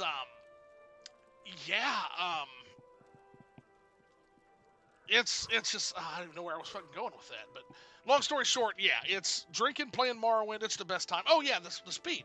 So I was telling the chat, this is honestly, to me, this is like it's a cozy game as much as it is an in-depth, amazing computer role-playing game. And then you said, nice, probably open my Forester 100p tomorrow. Ooh. Now we're talking. So this is a flavoring document. All this is doing is telling us this is the deed to our ills. I am kind of curious who he signed the deed with, though. Let's skip to the end, but that's a lot of legalese mumbo jumbo. So it's the Halalu officials here on Vardenfell, which again is being Halalu territory technically. Public notice. Warning, the Cave of Adamasartas just outside of town has recently been inhabited by smugglers and cutthroats. It is highly recommended that all citizens should avoid going near the cave. Too late for that, they're already dead. Thanks, Ocellus. Note from Thever. I beseech anyone's help. My dear friend and lover, Processus Vitellis, has disappeared. He is a tax collector for the Census and Excess Office here in Seyda Neen. That was sad, but got to the bottom of that. If you have any information, please relay it to either Sosucius, Ergala, or myself, and we can take that notice down. That's not in play anymore. And then the Temple crackdown. So the St. Delian Inquirer says, Temple crackdown on the Nerevarine prophecies. Any native-born Dunmer could tell you of the superstitious belief of the Ashlanders regarding the legendary Saint Nerevar. The belief holds that he will be reborn as the Nerevarine, reform the temple, and drive all Outlanders from Morrowind. For centuries, the temple has been fairly content to allow this belief to persist among the Ashlanders, but recent actions by Beryl Sala, commander of the Ordinators, have shown that times are changing. Any appearance of this prophecy in the towns is now quickly silenced by the temple, and it is rumored that almost all of the new prisoners in the Ministry of Truth have been directly or indirectly associated with the dissident priests, a group that disputes temple doctrine. They are believed to be a major proliferator of the Nerevarine prophecies. So a little bit of interesting lore building. So who are these Ashlander people? Who are these dissident priests? Are you interested in purchasing my goods? We'll have to find out, won't we? But for now, it's time to go see the thing. Looks like, again, this town is a perfect microcosm for the socio-political and geopolitical situation in Morrowind. Tater Anus, what's going on, buddy? How's it going? We're just sitting here, we're all drinking, having a grand old time playing and watching some Morrowind, some modded Morrowind, heavily modded Morrowind. Main load we're running is Beautiful Cities of Morrowind, Tamriel Rebuilt, and OAAB, and Arvessa. What can I do for you? Is going to be kind of the main linchpin mods of this particular playthrough. So, Murderer Processus, how you doing, lady? You doing good? Can't believe he's gone, I know. And you mentioned the Seyda Neen Lighthouse. Now, these quests that I'm doing, like the Seyda Neen Lighthouse guys, or quests like the quest for snatching the book from Rolliff, that comes Eagle Rare. Ooh, yeah, I have some Eagle Rare left. The Eagle Rare, for its price, bourbon-wise, pound for pound, one of the better bourbons you can buy. That one and Basil Hayden are both fucking fantastic at like a $30, $40, $50 price point. Those are some fantastic bourbons. I ain't played Morrowind in like 5 years. Well, buddy, this is oh my God. Have you seen what they've done lately? I'll show you after we get done talking about it. Actually, I'll show you now. This is why it's time to relaunch Morrowind, buddy. The capital, the Hlaalu capital of Narcissus is available. The port city of Andothran, the temple city of Almasthir, the imperial capital of Old Ebonheart, all available. All brand new. The Armoon Ashlands outpost of Arvud. And then check this out, buddy. Way the fuck over here is the Skyrim's Reach, where you get access to Karthgard, Karthwastern, and a couple of Reachmen towns. So now is a fantastic time to get back into Morrowind. Narcissus did not drop. No, I'm playing a preview build. Wait, Morrowind has it. Oh, Tater Anus. You got to stick around with me as we play through this. It's got several Beyond Skyrim type mods. It's a mod called Tamriel Rebuilt, and it is literally rebuilding the entire mainland of Morrowind slowly from scratch. Has been since 2002, my man. And it's so fucking good. We're going to go there. We're going to go there soon. We're going to go to the mainland very soon. But oh my God, Tater Anus, you're going to love it. That's all right. Now, this particular quest comes from a mod called Afresh. Now, here's the really cool part about Afresh. It's A-F-F-R-E-S-H.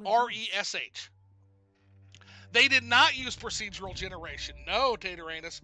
Every piece of that mainland is hand-built, utilizing the in-game lore of the game. So, it has hundreds of quests. It's got 3 times the questing content of the mainland now, of the vanilla right now. And it's all lore accurate. It is all lore from the 3rd era. Yeah, you're making me want to go there tonight. And I think, heck, it's only 11:45. Fuck. As long as the booze keeps flowing, we'll do it. It is solid gold quality. Hatman is right, man. And yeah, no, pretty large team, like Prodigy said. Yeah, there's over 100 people working on it now. People might get assigned X-Cells, build it out based on the lore, yeah. And I can't wait. We'll get to the mainland. We'll have a whole discussion, guys, on Tamriel Rebuilt. That is a whole nother fucking can of worms. So let me put it this way, Tataranus. Tamriel Rebuilt is so goddamn good that modders, some of the same team, literally came together to do Beautiful Cities of Morrowind and of Ash and Blight, 2 other mod packs you're going to see in this playthrough, to bring vanilla up to Tamriel Rebuilt standards. That's how good Tamriel Rebuilt, modern Tamriel Rebuilt is. And what I mean by modern Tamriel Rebuilt is we're really talking about this section here. Now, from here over to here, aside from some towns right in here, which have been redone as well, is going to vary in quality quite a bit, actually, because this was the stuff that was built from 2002 to roughly 2012, before we had things like Blender, before we had the ability to do bespoke and assets. And basically that all uses like vanilla game assets. And it was done, you could tell it was a much more, it was a less quality controlled team. But they're going to slowly but surely work this way and redo all this. The next redo is going to be this area right here, the Sundered Scar area. And it's also going to give us brand new Endorial architecture. Very exciting. What is it, Sarah? That's all right. Okay, anyway. You're not interrupting anything. Let's talk. So, fucking afresh, because I could talk about that forever. It's my favorite mod thing in the world, Tamriel Rebuilt. So this is done with a mod called Afresh, and what's cool about Afresh is it's a series of about 15 to 20 quests in Balmora and Seyda Neen that were modded in and written by an original OG Morrowind writer quest developer named Douglas Goodall. So what we're playing right now is basically official expansion content. If you consider Firemoth expansion content, then this certainly is. Literally written by a Morrowind original quest developer, Douglas Goodall. This is a very important lighthouse which prevents dozens of ships from crashing onto the rocks every year. Have I ever played Daggerfall? I have. It's not my jam, honestly. But I need to give it another chance, because I know that Julian LaFay, that is his baby, and I know Julian LaFay loved it, and I love Michael Kirkbride and Julian LaFay's writing, so I'm sure if I can just get past those gigantic-ass fucking dungeons that take 2 hours to get through each one, I'm sure I would love Daggerfall. One day I'll have to play that sometime. Yeah. Let's see here. You said, I love the voice gen dialogue mod so much, adds so much immersion for me. So Prodigy, you might not feel that way once we get to the mainland, but the Vardenfell dialogue is so well done. It's so well done. Then you said, I tried Daggerfall a few times. I think it's just a bit too old a game for me. Yeah, it's definitely an older game. Now, here's how I feel about that. I'm not going to say it's too old a game for me, because one of my favorite games of all fucking time is Star Control 2 and Ultima 7 The Black Gate. Those are literally from 1992, right? Mario Brothers 3 also, but that's timeless. Super Mario Brothers 3, I think, is from 1990. So, some of my favorite games of all time are from the early 90s, early 80s, right? But I will say that it's definitely a transition from playing Morrowind, which was my first Elder Scrolls game that I fell in love with. Let's see here. Yeah, I mean, still play a lot of N64 games. Oh, sure, 100%. You said modded Daggerfall is great, better, really. Okay, well, I'll have to take a look at that for sure. And then you said, Taterina said, I absolutely loved it. I'm 20 and have zero nostalgia for it. Okay, so yeah, that's one I definitely need to try. I know the lore is about as weird as it is in Morrowind, too. Because it's fucking Michael Kirkbride's, like, crazy fucking ass that wrote a lot of that. And Julian LaFay kind of reined him in. So, yeah, I'm sure it's good, because I love the writing. So, not to mention... guiding Imperial captains into port. I'm the keeper of the lighthouse, a job made easier when we have a steady supply of lightwood. So lightwood is, alchemists have another name for it, but we commoners just call it lightwood. It burns longer and brighter than any other wood. Usually the monthly supply ship brings some, but this month it brought 2 prisoners instead, us being one of those. And Celis won't let me burn them. I can use regular wood, of course, but I have to climb the stairs a dozen times a night to refuel the fire. I heard from a traveler that there is an Ogrim, south of Pelagiad, just east of the road there, who claims to have lightwood and will give it to anyone who solves some kind of a riddle. If you are willing to go there and get the wood, I will try to think of some suitable reward. I shall go get the wood if it helps the people of this town. Good luck. Like I said, the Daedra is south of Pelagiad, or so I heard. That's a village just up the road to the north. Head out of Seyda, Neen, past the Silt Strider, and keep going north until you see the Ogre.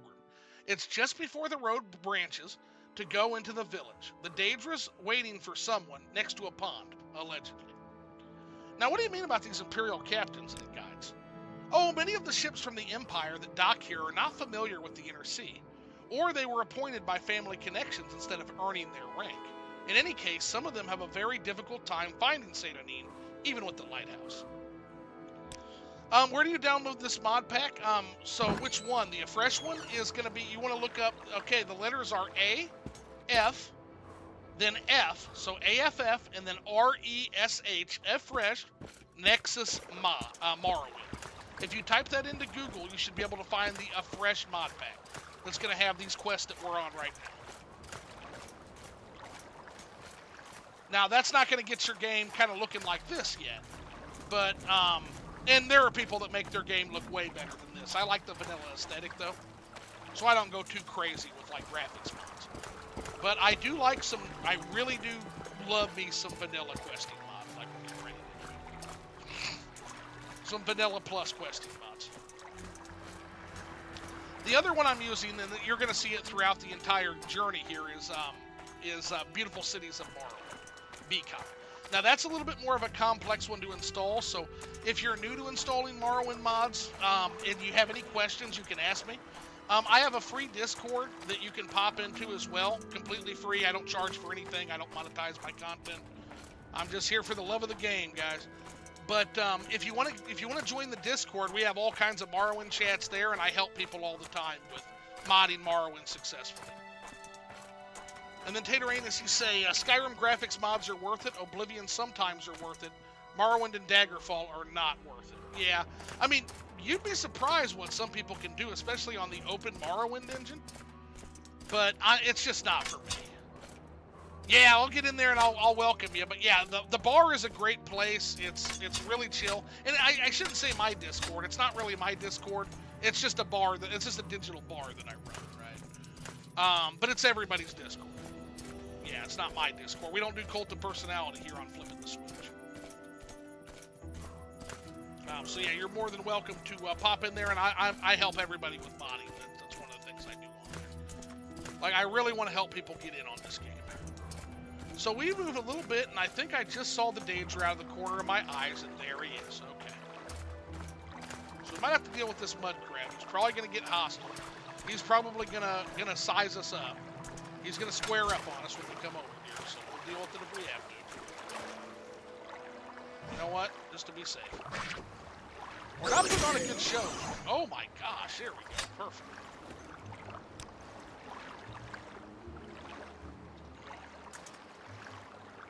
I was told you'd be here. Come, Thever. Answer Lord Coxhaus' riddle. You man thing, not Thever. Haha, you answer anyway. Alright, well tell me Lord Coxhaus' riddle. Okay, here's the first riddle. Well, wait a second. You said riddle, not riddles. So? Fine, give me the first riddle. Okay.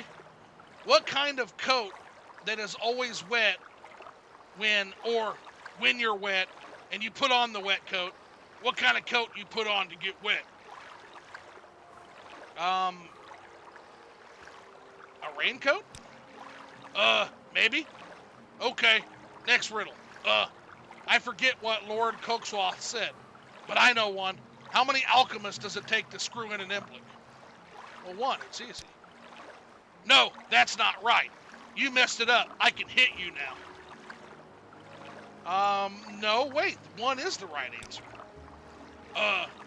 Maybe at best we go on to last riddle. 3 chests. Pick 1. 1 treasure, 1 nothing, 1 death by tiny cuts. That's not a riddle either. Okay. Whatever, man. Okay.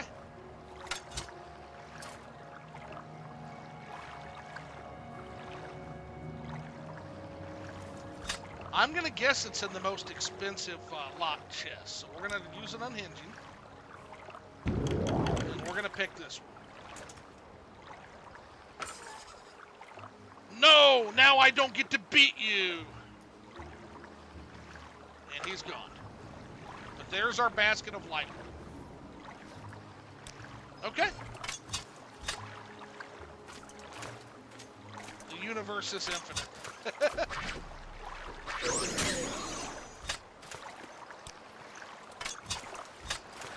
Stargate references, yes. Good eye. And again, that quest was written by Douglas Goodall, who's absolute, he's an OG Morrowind developer.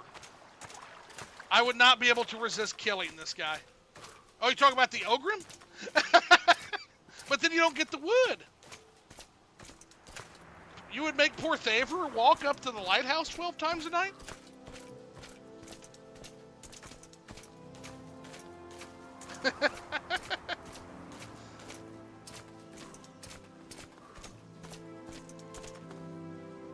Alright.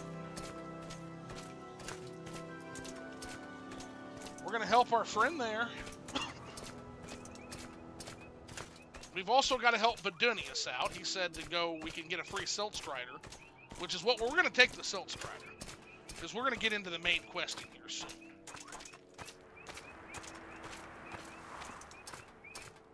By the way, there's the mainland. You can kind of see the mainland and make it out from right here, guys. There it is.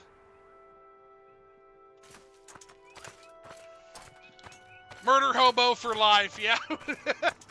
So you're just going to pick a fight at level 1 with an Ogrim? Well, I guess if you're a high elf character, the magic, they're kind of weak to magic, so.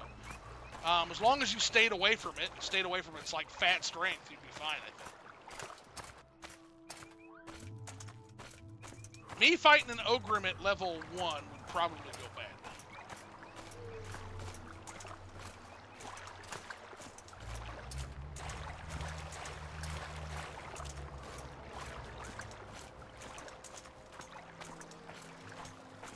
Vargoth, we're going to help you out in just a second, good buddy.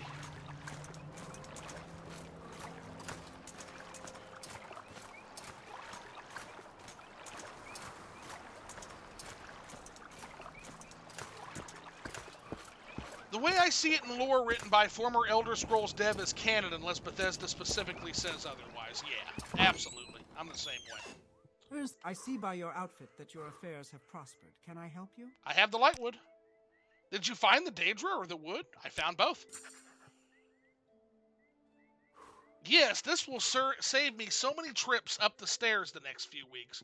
I tried to think of a suitable gift and settled on this Quama Miner's Belt. It isn't as good as carrying your own lighthouse around, but I hope it serves you well. The Ogrim referred to me by name? How very odd. What a mystery. What a shame it will never be solved. We got something called the Quama Miner's Friend. And for those who don't know, I'll pretend like there's some novice Morrowinders here. Quamas are a type of migratory worm that looks to burrow and make nests for its eggs, which are one of the great exports of Morrowind is Quama eggs. And we'll be running into many mines. But yeah, Night Eye, which is always useful in darker places. So we will take that belt. That's a much more suitable reward than the ridiculous one Soshutius gives out for his corruption at Masardis quest. Now that's how you do a quest reward at the beginning of the game, right there. Not a game-breaking fucking belt.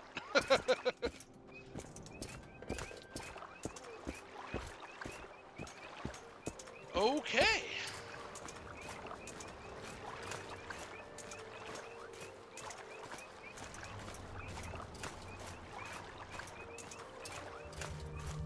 Fargoth also mentioned he wanted some If help. there's anything I can do, I am humbly at your service.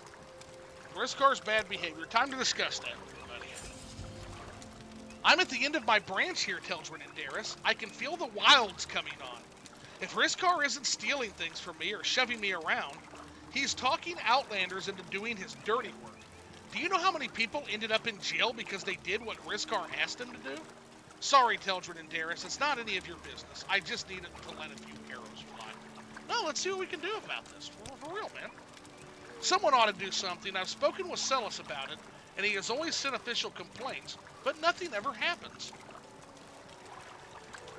No, so there's two, so Douglas Goodall wrote all of this. There's a couple of mod packs.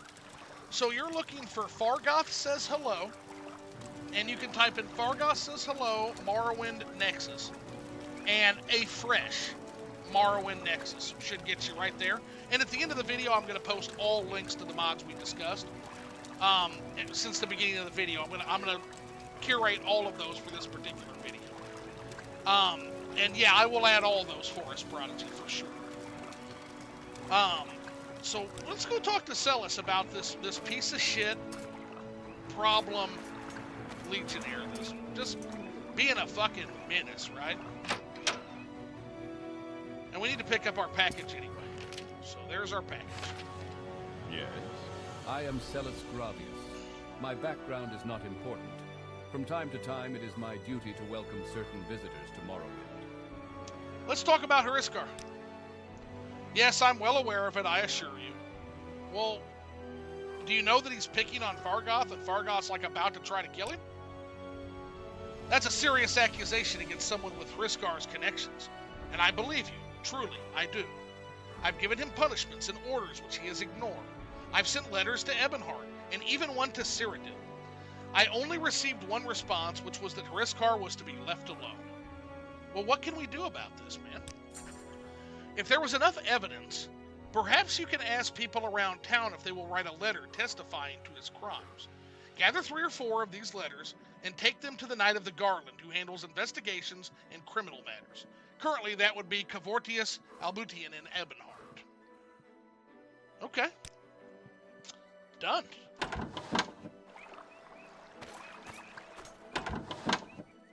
Start with our pals, huh? People we've helped.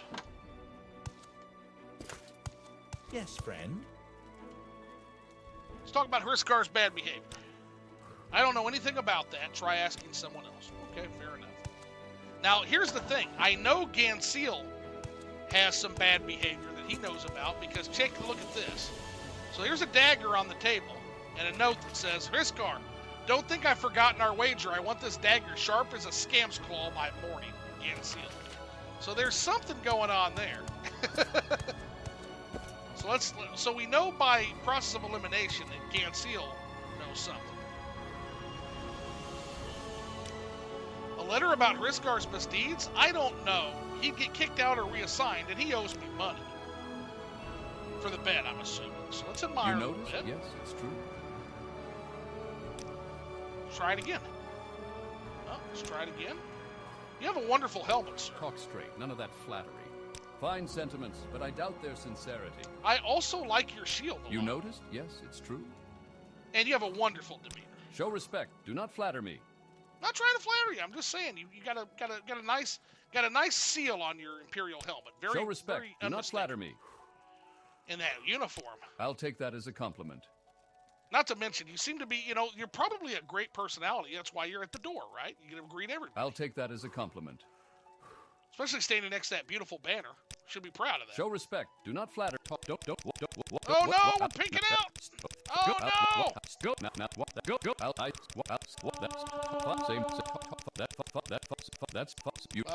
Show respect. Talk. Don't. We need the speechcraft anyway.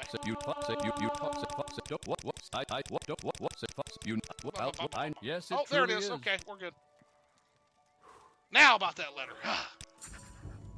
All right, I'll write a letter about Hriskar. Where to even begin? Hold on a moment. Teldrin and Darius, this might take a little while.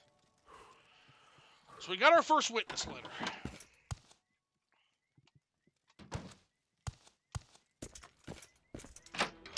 See who else we can rustle up. It's a good cause, guys.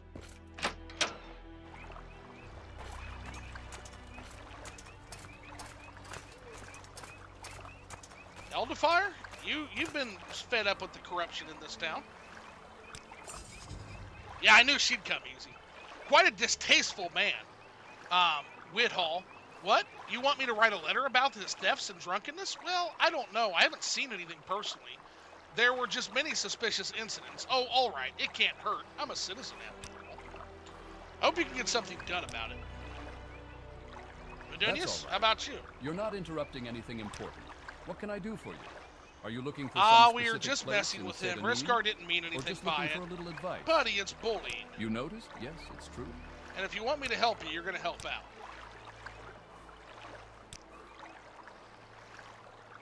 I'll take that as a compliment. Show respect. You noticed? I'll take that. Show respect. Talk. Don't. What? Say you. Say me. Don't. That. Say. I'll take that. Talk straight. Say. Don't say. Don't. Say. Don't say. Say. Don't say. Say. I'll show respect. You know. Show. I'll find. Don't. What? Say. You noticed? I know. That's nice to hear. Okay, he's not going to help us. My patience is You're an asshole. That makes me want to help you less, to be honest. Total asshole.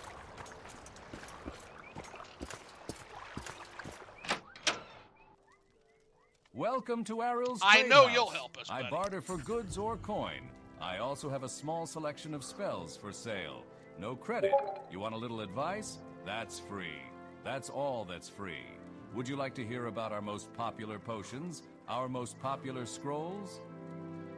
No, I'm here to talk about Riskar, and I'm glad you see exactly what I'm seeing, Ariel. Yes, I'm glad you're trying to do something about it. You're not the first one to do so, but hopefully you're the last. Anything I can do to help, of course. A letter? Gladly. Gladly. Here you go. So we got a letter from him. That's all right. You're not interrupting anything important. What can I do Doesn't for you? actually seen anything herself, so she can't help.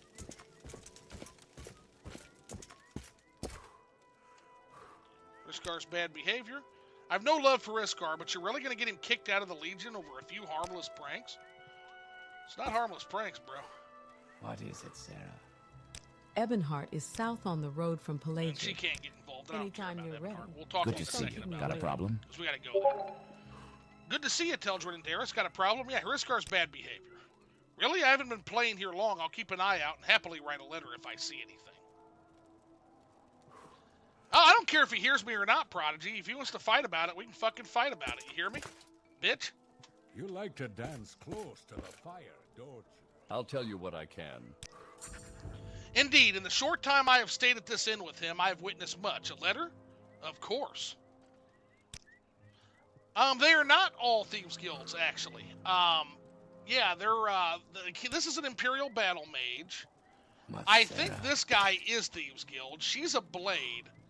I think he's just a bard. He might be Thieves I am Tandra Mandolin. So a couple of them are, and then she's just a patron. But no, not all Thieves Guild here. Now, the other swamp towns, they are. Narmok has a huge Thieves Guild population, as does Salaud. Where's that slave? Both have real good ones. So, I guess we can check in with. We've got a couple more of the larger houses here that might have seen something with Riskar. And then we've also got Navarro, the up at the Silt Strider. Oh, and Thaver, our buddy at the lighthouse. Oh, I bet she's seen some shit. I'm Teruise Gervain.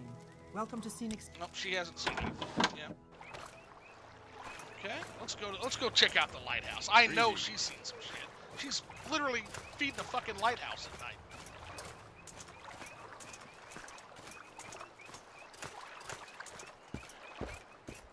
I see by your outfit that your affairs have prospered. I don't know anything about them. Okay.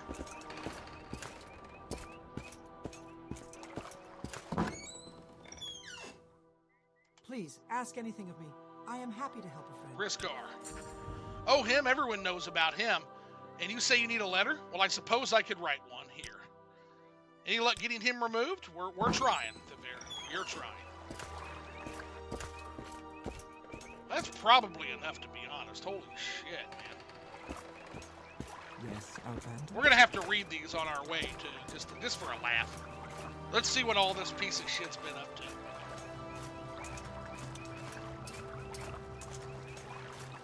Who Who else do we know that could have been mistreated by this guy? Let's hear it.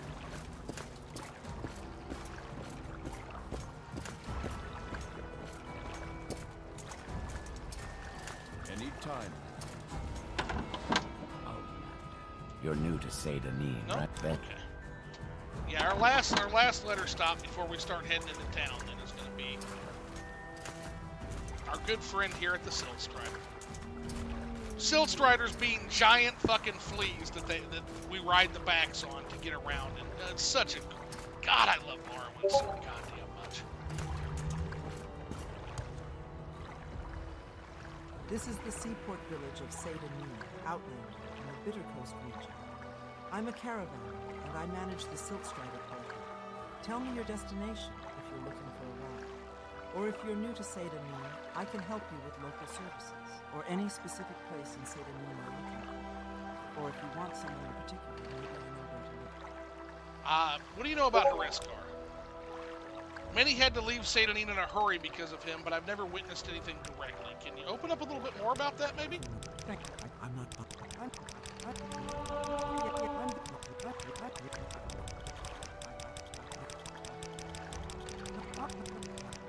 Boy, you're actually pretty good at speechcraft. I'm having a hell of a battle with you. Now, we're just going to leave you alone. We're going to get you back up to 50. Oh, can we? No, we better leave you alone. We better leave you the fuck alone. With me? Goodness. Oh, okay, there it is. Yep, she doesn't know. Okay, we're good then. I don't think I've ever heard anyone, heard Silt Striders described that way, but it ain't exactly wrong. Well, look at it. Yeah, absolutely a flea. A big, long-legged, giant flea. You know what I say to that? Fucking coolness factor. It's just Morrowind's such an alien setting. I think Nucius or whatever wanted you to talk to her, yes? We did, yeah, and we're gonna do that right before we leave for Balmora. We're gonna do Nucius. Although I'm kind of pissed at Nucius, so he can wait right now. Kind of mad at that guy. He didn't want to sign a letter, and he thinks bullying is okay. So to my character, that's kind of a moral affront. So we're gonna have to think about whether to help him out or not. Now, spoiler alert, we're going to, because here's the cool part with Tamriel Rebuilt: when you help Vidunius Nucius, he moves to the mainland, and you can help him further when he gets across to Tain in the mainland. Because his next stop is going to be the village of Tain, which is roughly right around here. So he's going to make it across, and he's going to need help. Then he's going to move down here to Almasthir before finally making it all the way to Narcissus, where he says he's heading. So you get to literally take a journey with him. You literally get to take the journey with him and see like where he's headed. It's pretty fucking cool. So we're going to help him. And you can see in the distance the Ministry of Truth. That's called Bardau. That's the meteor that is a meteor that a Daedra Lord, in legend, keep in mind. We don't know if it's true or not. Vivek is a vainglorious liar, remember that. He is a consummate liar. But once Sheogorath wanted to throw the moon in order to destroy Vivek's newly made City of Swords, which is literally made from the bones of his children with Molag Bal. But again, long story. So anyway, Sheogorath, to spite his new city, decided to trick the moon into hurling itself at the city, and Vivek stopped it with but a glance and a gesture. Now the problem with this is the moon was left there by Vivek deliberately, so that if his people should ever lose love for him, that in turn his wonderful city would lose its love for them in turn, thus rendering them all into ash. Such a wonderful god man Vivek is, right guys? To do that. But anyway, it makes for a wonderful skyscape.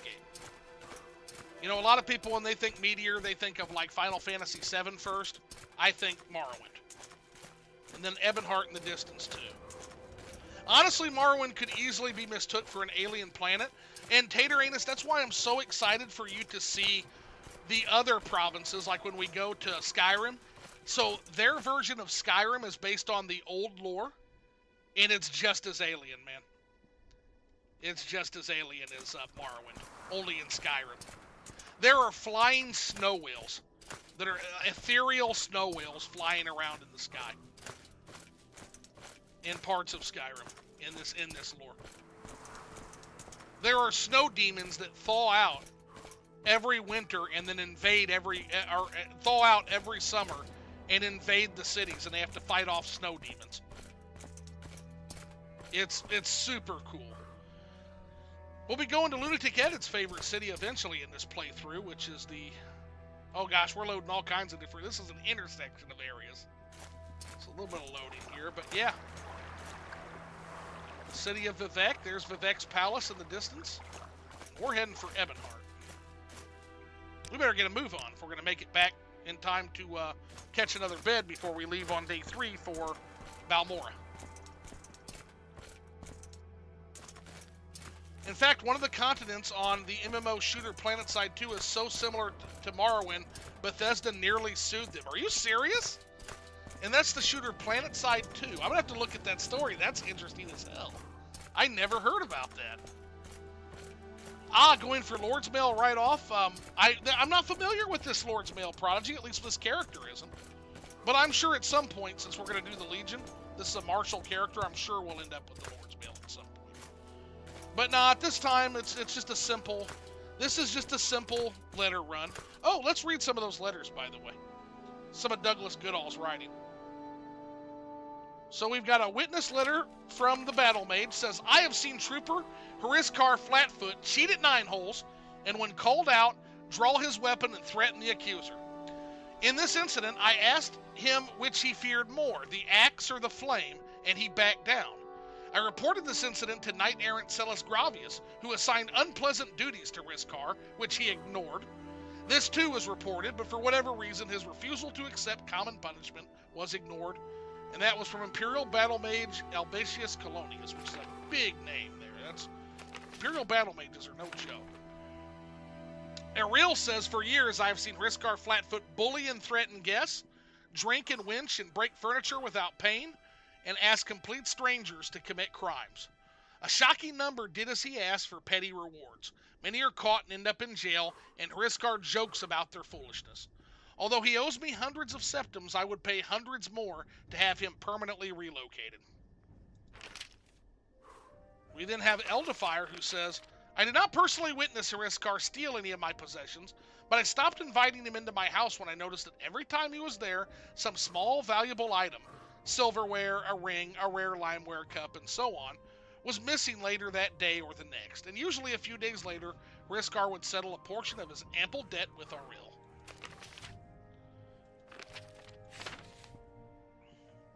Gansil says, on multiple occasions I have seen the trooper Hariskar Flatfoot bully citizens of Seyda Neen, in particular one Fargoth, steal the belongings of citizens of Seyda Neen, cheat at cards and 9 holes, ask citizens to commit petty crimes on his behalf, and refuse to obey direct orders.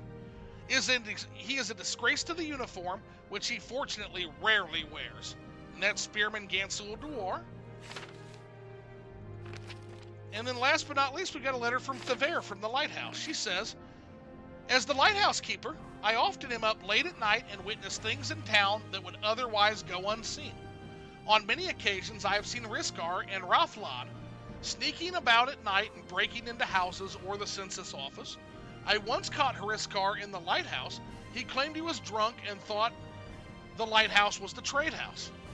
I reported this to Celis Gravius, but nothing was done. In addition, I know that Hariskar tried several times to steal from or threaten the Imperial tax collector. So these are fucking, man, the heat on these fucking letters. They want this guy gone. He is fucked, if we can talk to the right person. But like Prodigy says, geez, Hariskar must have some deep connections. Yeah, that's a lot of bullshit, I'll tell you, man.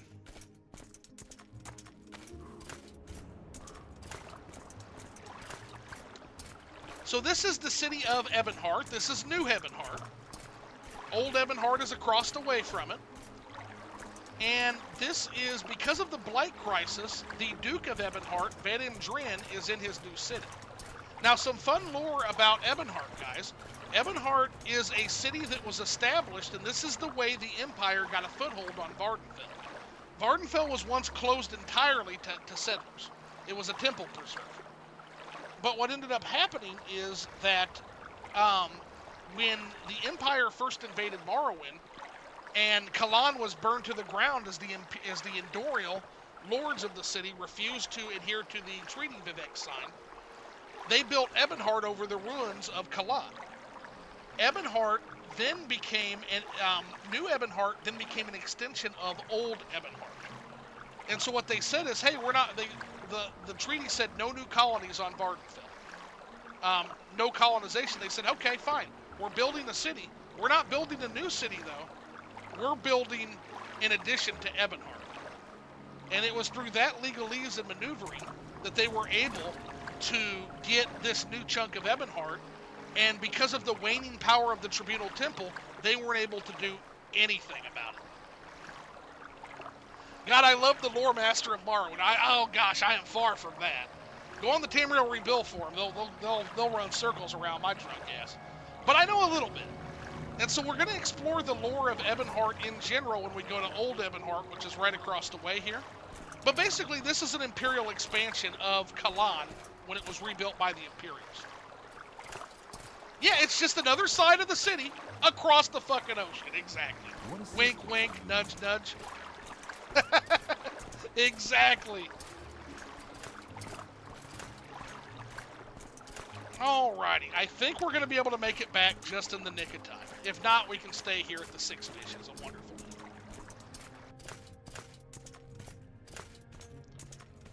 Yep, details matter. And again, here's the thing. Everybody knew that this was a colonial effort. Everybody knew they were full of shit, Prodigy. But because of the waning power of the Tribunal, there's two things they could do about it. Nothing and like it. Nothing and like it. Apelles Modius, we'll be seeing you very soon, I'm sure, sir.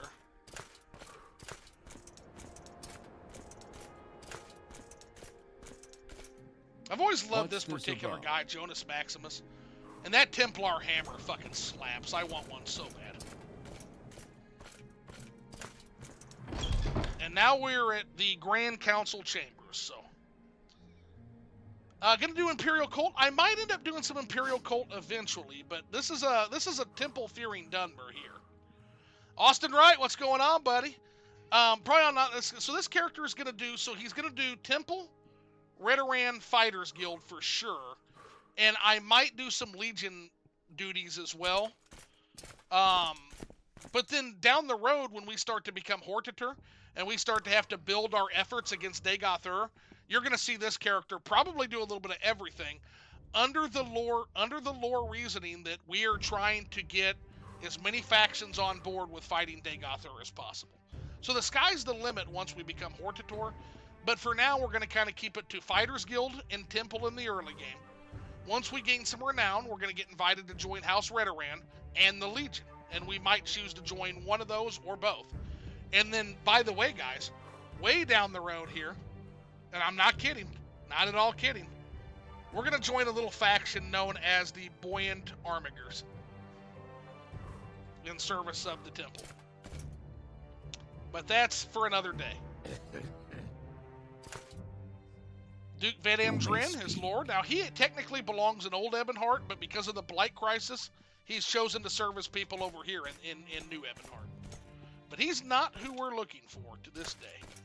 What's this about? We will have plenty of dealings with him eventually. We need the Imperial Commission, we were told. Do I know you?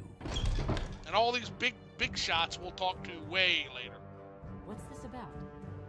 Imperial Commission, which we don't want. We're looking for the guard garrisons, where he said. There we are. Yeah, I hope you've had a good work week, buddy. You look fancy. What's this about? God, I want that armor. That's so nice. Here's Cavortius. Here he is. Citizen. I'm Cavortius Albutian. Can I help you? This your first visit to Ebonheart? Is there some specific place you seek? I'm here about Hurskar's bad behavior, homie. These are serious accusations. What evidence do you have? Well, here's the letters. This seems quite clear. He has been harassing some of the locals, especially this Fargoth, committing crimes, even refusing direct orders. I will have him reassigned to Drewhead Island. I have no authority to reward you officially, but please take this small reward. So Drewhead Island. Arctic training camp for the Legion. It's frozen year-round. Supplies come in twice a year along with 100 fresh, foolish recruits. And the nearest available women are 10 days away by ship. Yes, I spent some time on Drewhead Island. A year or two there and he will be a changed man. Note I did not say a better man. For that we can only pray to the Nine. And do you have any idea about what Hiriskar's connections are? Because Prodigy was wondering about that. Yeah, what are these connections? Oh, you mean his aunt back in Cyrodiil? Whatever her place on the council. Oh, shit! She's on the Elder Council. That's why. That's some big sway. Yeah, but everyone hates Fargoth. I know, but he's being bullied. And this is a morally lawful good character. So we took care of Hiriskar's scheming in this particular playthrough. I know her well enough to know that she never... But yeah, he had an aunt on the Elder Council, so that's why Hiriskar got away with shit. Whatever her place on the council, I doubt she knows what he is doing or cares about his treatment. I know her well enough to know she never liked him, but perhaps someone made an assumption. There are too many of those in the Legion, or perhaps Hiriskar used her name as a threat. Whatever his connections, I don't care. So yeah, that's that. We took care of Hiriskar. We good to go. We in like Flynn.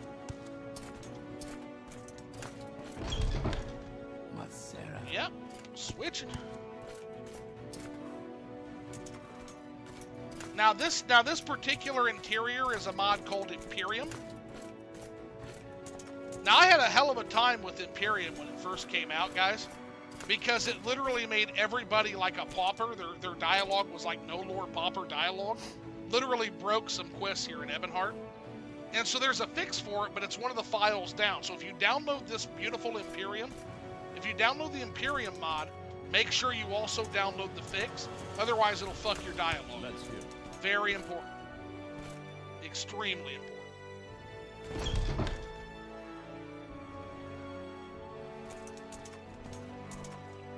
It is 8 p.m. Yeah, we're gonna barely move. Yeah, we'll make it in town just in time to zonk. Then we'll wake up, we'll do Vidunius Lucius's duties, and we will head to Balmora. Track down this Caius Gosades.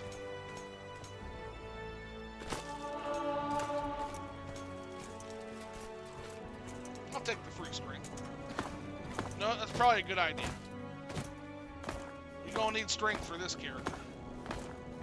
Tavern here have a bed for rent? It does, but we're gonna go ahead and race home. I guess we could poke our head in and make the journey in the morning. We could do that. Let's do that. Into the Six Fishies. Any time now. Boy, this is a packed-ass tavern. I'm a busy guy, so if you could hurry this up. Good day. I'm Agning, publican of the Six Fishes here in Ebonheart. Okay. We rent beds, and I have a limited selection of goods for barter.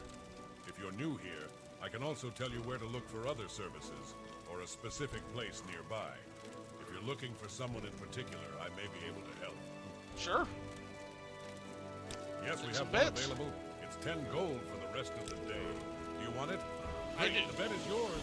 Enjoy your stay. What's this about? Getting out of my way, that's what it's about. Late.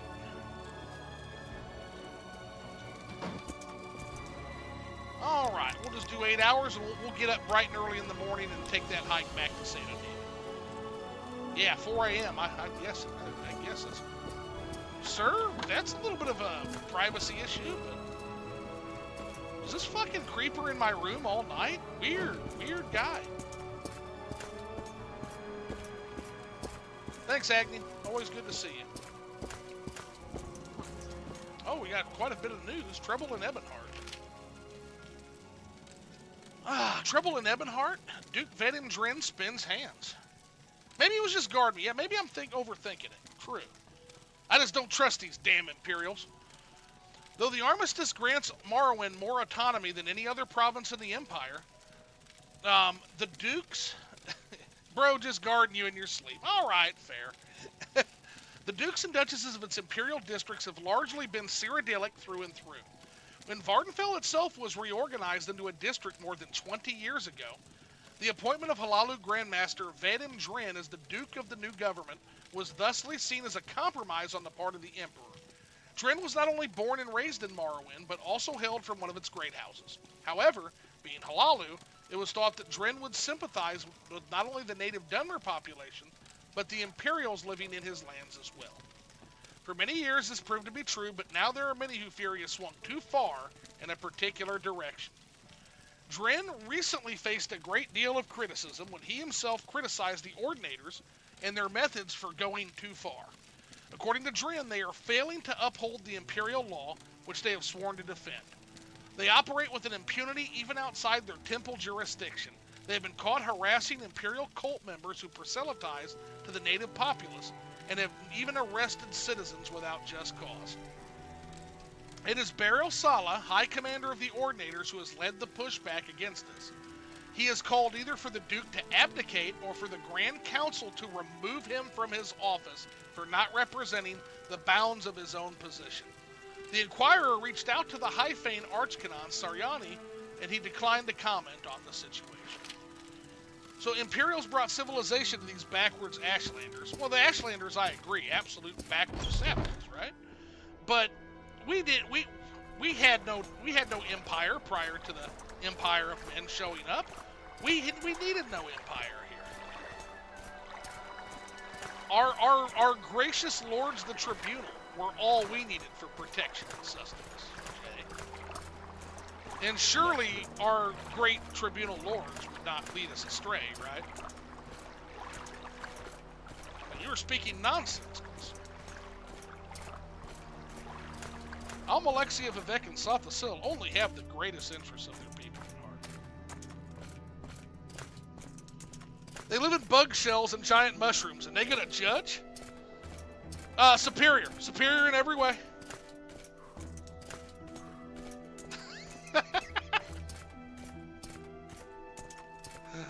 Oh, goodness gracious. Don't forget our wonderful Velothi architecture, though.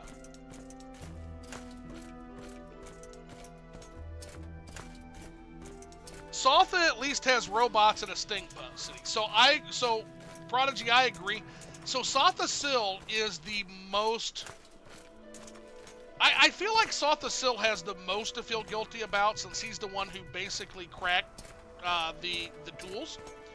And so he has... I think Sotha Sil is the only one of the three who has genuine regret for what they did. Now, what did they do? Well, stay tuned. But depending on who you believe, it's not great. Yeah, he is to me too, Prodigy, because he literally went and fucked off.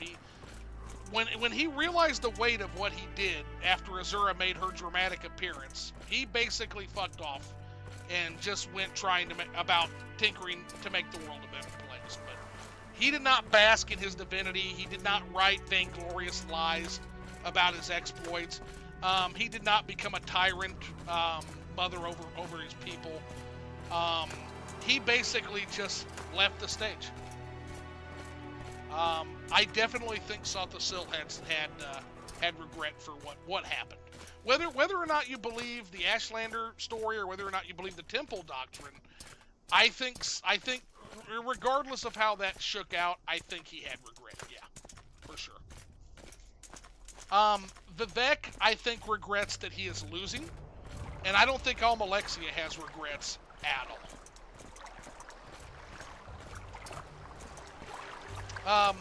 Literally, Vivek tells you that. He says, in the end, I just wish to not lose. To lose would be bitter. Oh, so very, very bitter, right?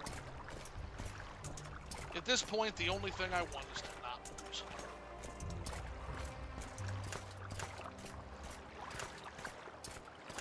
Three gods, one true faith, your neighbor said.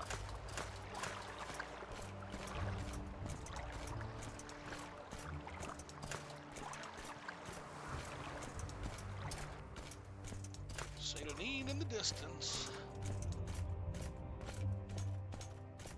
Such a beautiful vista, though. I think it still holds up with just minor touches. These are just minor graphical touch-up packs, basically. And a little bit of atmospheric. Now, the lighting and the fog and all that is very different. But in terms of graphical packs, I run a pretty low-key setup, honestly.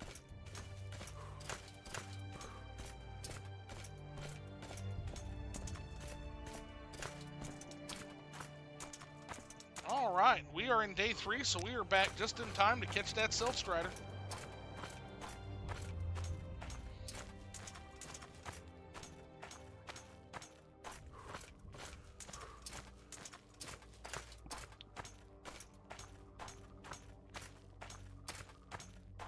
Is there anything we can sell to a rill? No, we're good. Let's hop a boat. Well, let's hop a fleet.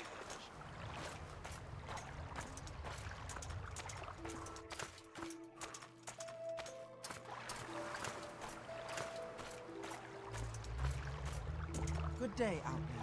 I'm the caravaner for Seyda Neen. Tell me your destination and I'll tell you so if I can help. you were supposed to offer me a discount if I help Pedinius out. Oh, yes. He steers business my way, and I do him a little favor now and then. Poor fellow. I don't think he's happy here in Morrowind. Well, why isn't he happy? I'll have to go ask him about that. Hold on. Before I go, we're going to go to Balmora. Before we do that, let's go talk to him. Let's go have a little chin wag.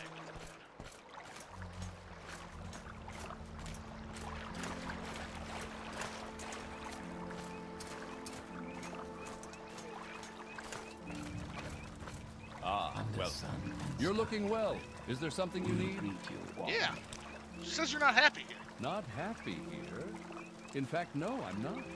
If I had 100 drakes, I'd be on the next boat to Prodigy, his Narnia. ring is still a sack I came of here shit. to make my fortune. We are literally and all doing I've got him a is this favor. cursed ring. Say, would you give me 100 drakes for it? The ring itself is worth more than that, but the enchantment is cursed and no one will buy it from me. It has a nifty little enchantment that helps you run faster. Problem is, it sucks the blood right out of you every time you use it. Please, you'll be doing me a real favor. Sure. Thank you. You're a lifesaver. I'll head straight to Vivek and grab the next boat out of here. I think that's the fastest way off this island. Thanks again. And I hope your luck here is better than mine was. Me too. Yeah, guys, get a load of this fucking ring. Yeah, Nucius's cursed ring. Damage health, 10 points on self. Fortify athletics, 5 points for 60 seconds. So, yeah, 10 damage, especially when I only have 40 health at the beginning. That's rough, man. That's really rough. Be cool if you could get it purified and have a decent starter ring. Yeah, fortifying athletics, 5 points. That's pretty good. I mean, it helped me move a little bit faster than the speed of half a snail, right?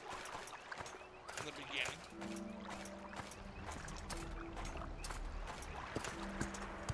Good day, Outlander. I'm the caravaner for Seyda Neen. Tell me your destination and I'll tell you if I can help. My prices are reasonable. We're going to Balmora. 1,500 gold, not a bad start to things, though. Yeah, that ring, yeah, that piece of shit ring from the last character, yeah. That ring's a piece of crap. You're meant to use Cursed Ring to move faster and then Fargos Ring to heal the damage. Oh, that, let's see here. So what's the Engraved Ring of Healing do? Yeah, so if you have both rings, yeah, it's like 5 heal. Yeah. So it does take some of that damage off. That's such great synergy. What a great observation, Jay. Yeah, both rings regenerate at the same rate. Holy shit, that's so cool.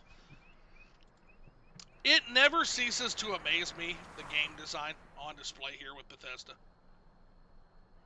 All right, Balmora. Good day, stranger. Welcome to Balmora, council seat of House Hlalu. I'm your local caravaner, and I hope I can find you Silk Strider travel to your destination. Or if you are new to Balmora, can I help you with local services? Do you need someone in particular, or is there a specific place in Balmora I can help you find? Looking for the South Wall. South Wall is a working-class corner club in Balmora, east of Odai River, on the south end of Labor Street, owned by Bacola Closius. And about Closius? Bacola Closius is the owner and proprietor of South Wall, a working-class Balmora corner club east of the Odai River. They don't make them like this anymore. By the way, the Odai River, like the river right there, quote-unquote river. I'm going to show you all a real river here soon, and that's the River Thyr. That's a real fucking river. This is like a little creek. But yeah, they don't make games like they don't make games like this anymore, where it's like, oh yeah, so where's the south wall? Well, if you go across the river to the east, it's in that working class district. You literally have to talk to people in order to find your way around this game. So since we're new in town, let's go ahead and just not head straight there. We'll just take a little bit of look around and get our bearings. So it looks like we got a couple of corner clubs, the Lucky Lockup. Also the Council Club. But my compass markers, I know. So a little bit about Balmora. Balmora is, again, keeping in mind that it's only been established about the last 20 years. So Balmora is a fairly new city. And this has become the capital of Hlaalu interests on the island, right? And being a Hlaalu town, it's a thriving market town. So you're going to have lots of shops, lots of places. And this is going to be where we spend a lot of our early game when we're not across in the mainland. So basically, this entire area from here down to here, this is all early game area right here. Where we're going to be spending a lot of the early game. And then the further you get away from this zone in any direction, and right there, of course, being the hardest content in the game with the mods I have, beware the 6th house mod makes the 6th house truly dangerous. Got an outfitter here, okay. But this is Balmora's town in the interest. This is their interest on the island, is right here. Now, Balmora is no longer the biggest Hlaalu city. We're going to see Andothran, which dwarfs Balmora, and you're going to see Narcissus, which dwarfs Androthran. And then over here in the east, there's two cities, Andrethis and Kraganmore. Andrethis is Balmora-sized, and Kraganmore is about 1.5 times the size, if not twice as big as Balmora. So you're going to see in the Wealth Beyond Measure release and the Narcissus release, you're going to see content that dwarfs fucking Balmora. But Balmora is one of the bigger cities outside of Vivec in the vanilla game. So we got the guild holes are there. Got a bookseller.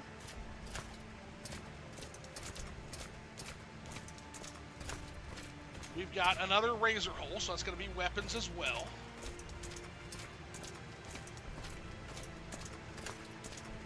Eight plates. Sounds like another count club. Then we've got the temple up here. And that's going to be the first major questing we do is the temple. We're going to do our pilgrimages. Is a good number. So, yep, we've got the temple here.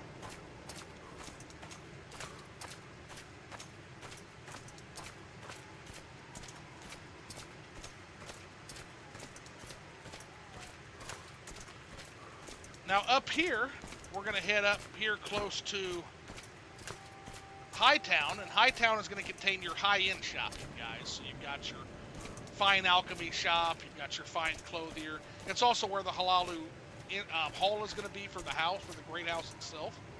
There's also a little bit of a Morag Talk hall. Now, why would a hall of assassins be here in the guild hall?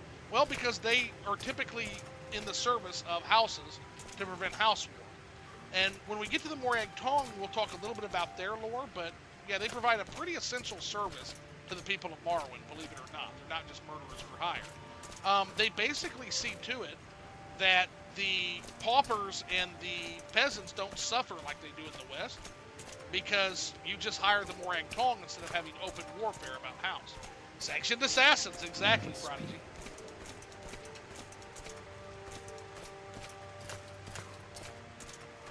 And you have the different manor houses, so this is kind of the upper class district of the city. Now, surprisingly, none of the counselors, despite its influence, none of the counselors live in Balmora. Like, literally none of them. And then over here, we've got, like, the working class side of things. Oh, I almost forgot. We need to visit the famous grave market, guys. We didn't do that. So, naturally, the Hlaalu even turn their bone ossuaries to business ventures. Because down this seedy alleyway, now you see sewers to the city. But this is also the entrance to the famous Balmora Grave Market.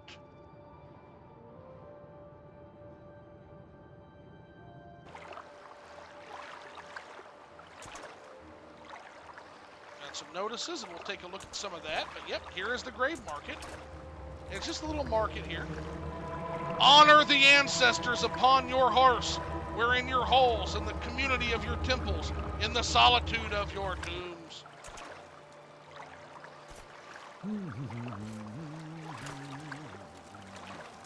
Wealth beyond measure. Outlander, what do you want? And so, yep, a little bit of a bone ossuary there.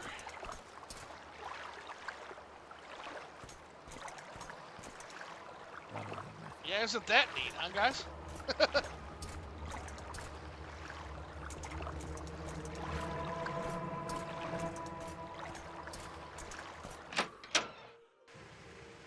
And there's some certain goods that you can only find there. So we'll visit the grave market from time to time. Only the halalu, only the fucking halalu would do that. That bone pit brings back Diablo 3 Reaper or Souls vibes. Yeah. Very cool stuff, and a very neat addition to the city, I feel like. More merchants. Of course, Balmora being a merchant city, there's all kinds of different merchant stands along the riverside. Of course, leading to this wonderful river walk down here, where different people, the poorer people have lower tenement houses down there on the actual creek bed itself. And then this is mainly going to be like poor working class areas. Now there is a trader that works here, but in general, most of the living for the everyday working people are going to be over here on the south. That's going to bring us here to South Wall.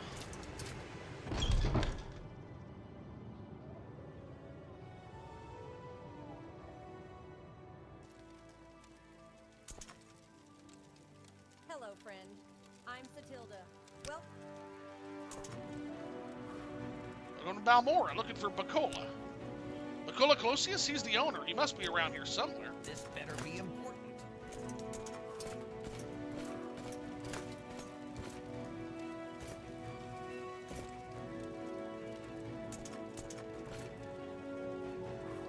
I prefer not to chat, Outlander. I have some pressing matters to focus on.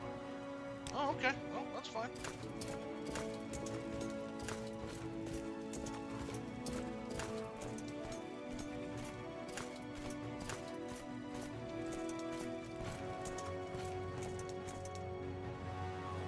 Good day, I'm Bacola Closius, Just who I was Publican looking of the for. South Wall here in Balmora.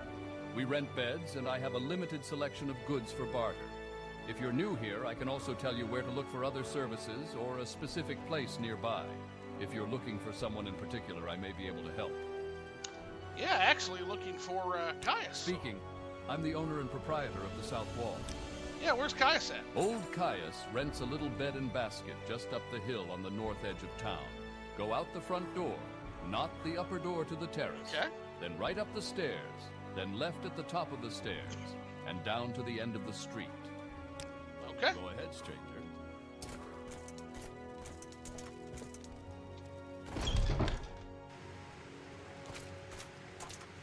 The stairs.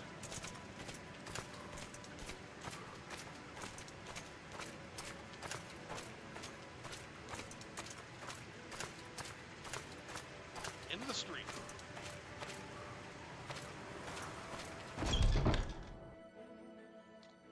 Ah! It's our sugar daddy. Let's hear it. Caius Cosades, the shirtless one. The legend himself. What? Yes, I'm Caius Cosades. But what do you mean you were told to report to Caius Cosades? What are you talking about? Yeah. I'm just an old man with a skooma problem. So you've been told to report to me and deliver a package. Perhaps you'll let me look at it. Sure. Yes, very interesting. So, It says here the Emperor wants me to make you a novice in the blades. And that means you'll be following my orders. Just got a sugar Are problem. you ready to follow my orders? That just means you'll be following my orders. Yeah, I'm ready to follow orders. Sure, let's do it. Peak yes, Jay. Yes, peak masculinity. Yes. Good. Welcome to the service, novice. Now you belong to the blades. We're the Emperor's eyes and ears in the provinces. You can use my bed if you need to rest, but leave my personal stuff alone unless I say otherwise. If you like, you can improve your modest skills with our blades trainers now. Or if you're in a hurry, I can give you orders right away. But don't forget to visit the blades trainers. Tell me about the blades trainers. These blades agents offer training. Not free, of course, but cheap for a fellow agent. Look for Ithleen, Tyre Malin, and Ninetoes here in Balmora. In Caldera, see Suran Leorian.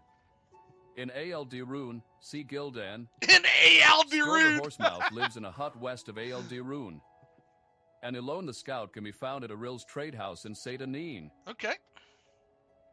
I also know of a few blades trainers on the mainland if you ever find yourself there. Idra Uvalin lives in Firewatch. You can find Aquilinius at the Ebon Tower in Old Ebonheart. And Dur has a house in Induthrin. There may be other agents working on the mainland, but these are all you need to know about right now. Good to hear. Well, let's start with the local agents. Tell me a little bit about the locals. So I guess we'll start with let's start with Ninetoes. To get to Hunter Ninetoes, leave my door facing south. Go right, down the steps, then turn left and head south, looking for his door on your left. Okay. Let's go meet our fellow blades. So yeah, peak masculinity. Now the skooma addiction is just a cover. Prodigy says, was there anything in the lore or later games about him after Morrowind? Sadly, no. He just kind of disappears. He was in like the Elder Scrolls card game, but I don't know if that expands on it or not. Yeah, you don't get that ripped on the sugar. Yeah, just add creatine. Just add creatine to the skooma. Yes, indeed. Ninetoes. I think this is Ninetoes' home here.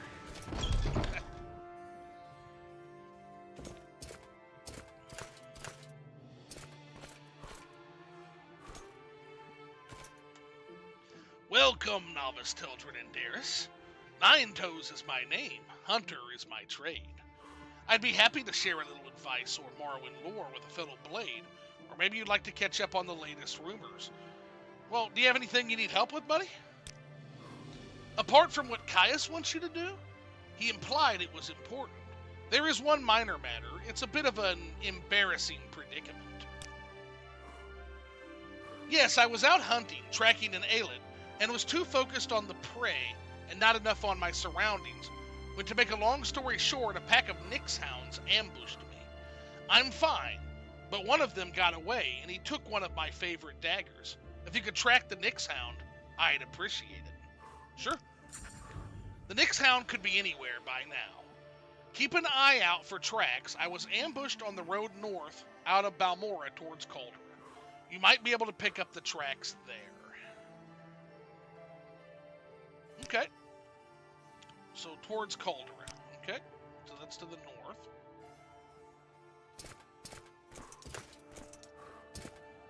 Let's fucking do it. Help our fellow blade out. Maybe he'll give us some training shit in return. So the Douglas Goodall mod, A Fresh, now makes those Blades trainers actual the Blades trainer quests are actual quests now. Which is very cool, bud.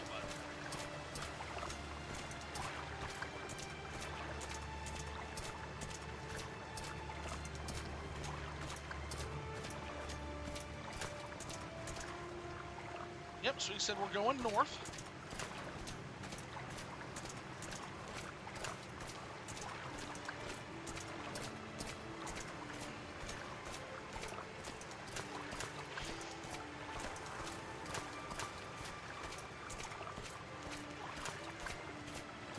Uh-oh. That's the first problem I've seen this mod list. I'm doing pretty damn good. Y'all didn't see that, okay? Oh. Take care of that, too. There we go. Y'all didn't see that. Morrowind has it does have amazing atmosphere, Prodigy. It's just it's unrivaled. It really is.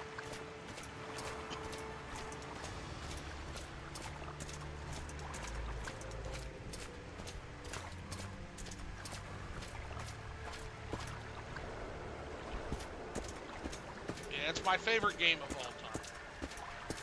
That's not even close.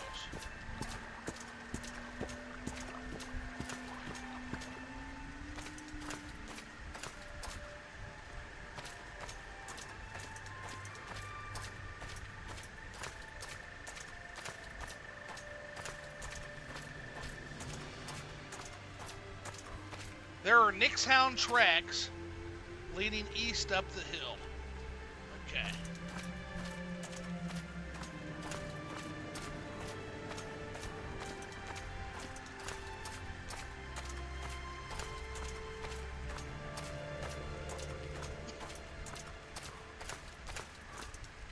Oh, I love Earthbound too, Prodigy. Yeah, Earthbound. Have you played Mother 3 yet?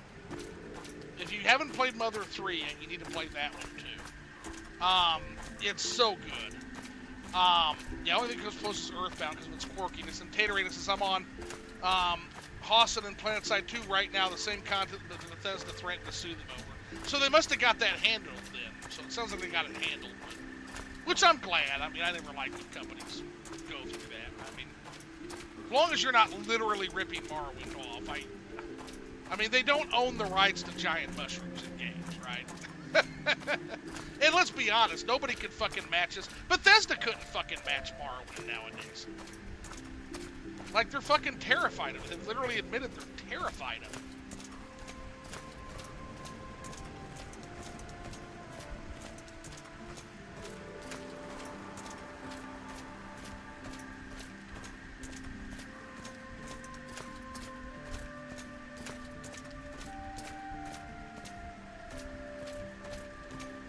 Okay, time to start walking, fam. The reason I say that is we are going into bad places now for a new character. Let's get our spear out. Let's kind of slow our pace a little bit until we get our breath at least. Because y'all know what time it is. Anybody who's played Morrowind knows what time it is.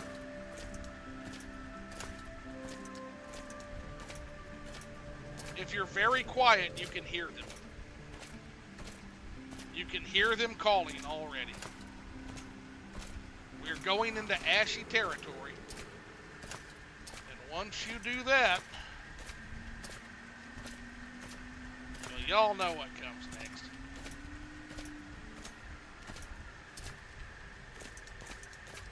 Yeah, Bethesda backed down when their lawyers informed them they didn't copy enough to sue them, yeah. Oh, what? Well, just stay there and listen. You'll be able to hear it. I ain't played Morrowind much and not any time recently. We'll just listen closely. And you're going to hear our wonderful friends. Our friends! In fact, I think one's already found me.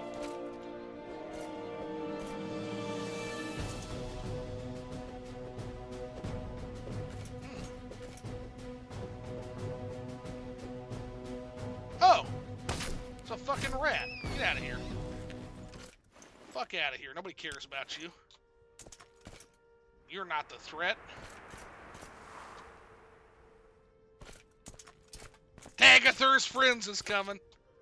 Yep, it's getting ready to be our first encounter with the true great blight of this land. I mean, fuck the blight. The true blight. GM's worst enemy. Yeah, everybody's puckering their assholes for what's coming now. And at level 1, these guys are nothing to fuck with. Don't say it! Don't say the name, Jay! Don't say it! You'll summon them! Shh! They'll smell it!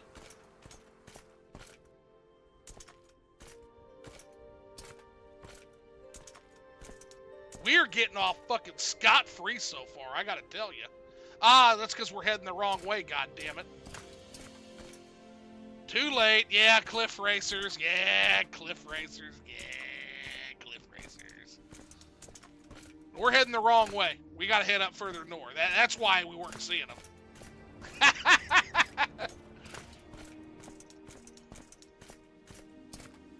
Oh, boy. Everybody who's ever played Morrowind knows about these fuckers.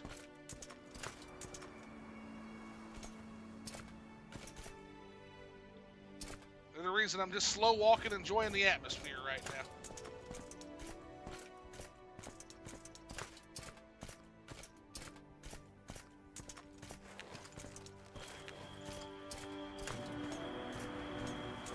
Alright, here we go.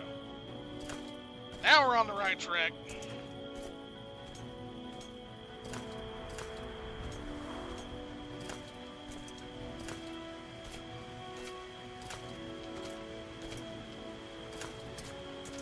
Stamina management. Most Morrowind noobs will say cliff racers are annoying. Little do they know about the greater bone walker. Oh, don't. Yeah, gosh. Now we're summoning things we don't even want to talk about. Yeah, I don't want to talk about it. I don't want to talk about that fucker. Oh, those things are a pestilence, too.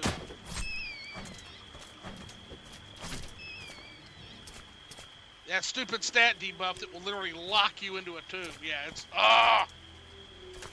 Always carry restore strength potions. That's all I got to say. Oh, fuck. There's one. We ain't gonna get away from him either. He's coming for us, chat. Now, fun Morrowind fact.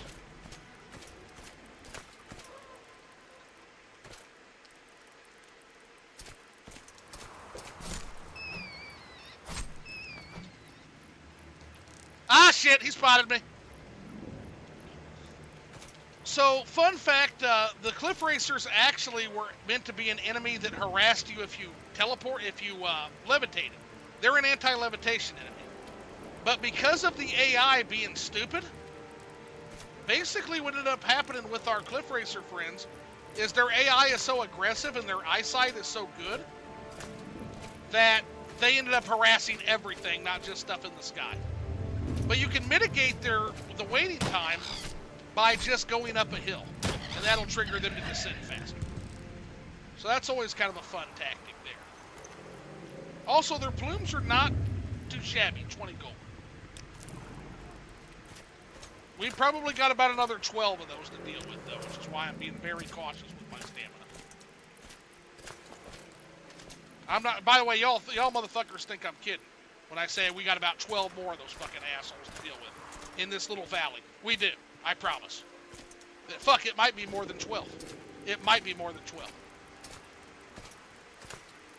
At least we got a nice little camp here if we need it. That must be where Nine Toes camped, actually, while he was hunting that and lived.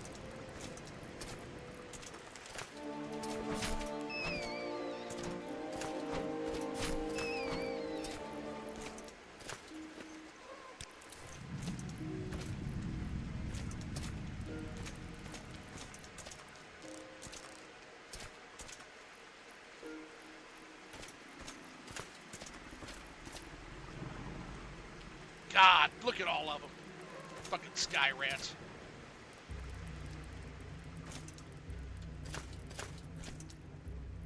Oh shit, both of them.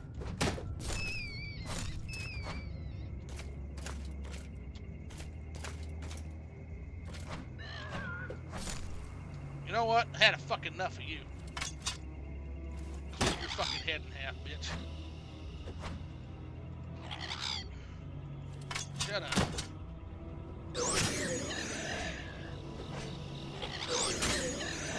There you go. Fuckface.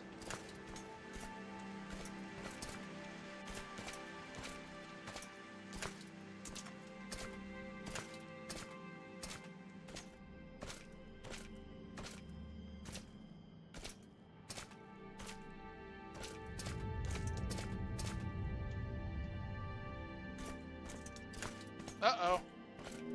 I feel an ash storm coming on.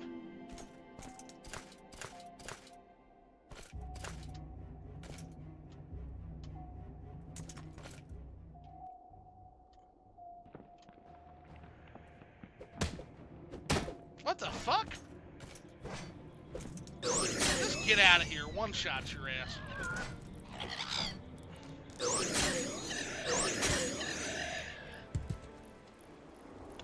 All right, let's count it. Let's keep a cliff racer count this game. See if I can get that edited into the VOD. We'll keep a cliff racer count the whole game long. That's 3 so far. That's 3 in this one little fucking area. 3.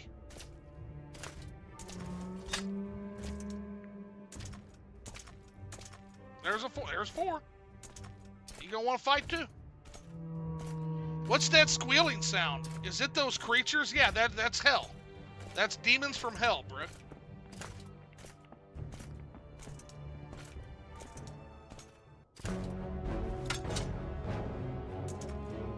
It's a combat-heavy little valley, I gotta say.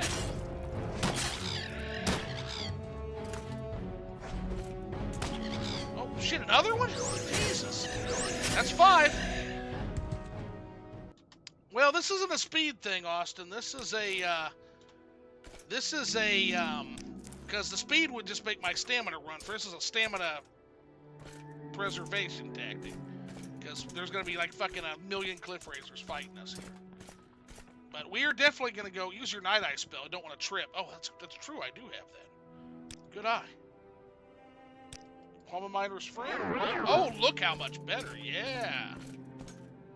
All the better to see fuckface cliff racers with, right? Now that's a Daedric Ruins, guys. These are pre-Velothi worship sites back when the Dunmer were Daedra worshippers primarily. That leads to some bad things, and we're not going in there right now, but there's our Nyx Hound. There's our wounded Nyx Hound. So we're going to kill his ass, and we're going to go home. Yeah, that's an embarrassing way to go, I got to tell you. And there it is. There, yep, Nine Toes Dagger. So with that, we're ready to head back. And we've carved a fucking path. Oh God, what now?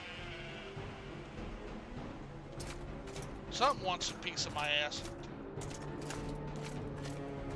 I don't. Oh, of course. 6 fucking cliff racers in this one little mission. 6 of these bastards.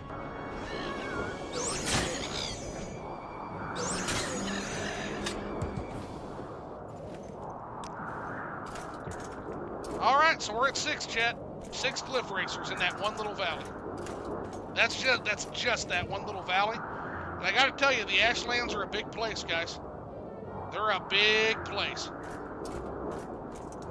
There are lots of cliff racers here. Boy, that helps during ash storms too. I might never get rid of that build. That little bit of Night Eye is very useful. This is the first time I've ever actually significantly used the Night Eye spell. That's pretty fucking useful, man. Don't want to fall on your own axe. We are going to be heading up to... We're definitely going to get the Boots of Blinding Speed shortly, Austin, though, in this playthrough, because we're going to be heading up to Calderon to talk to some of our fellow blades. And when we go to see Shovar Horsemouth, we are going to get the Boots of Blinding Speed. Yeah, we fucking need those bad boys. And we're going to be paying Shovar Horsemouth a visit. That's what we'll get them. Yeah, those are incredible.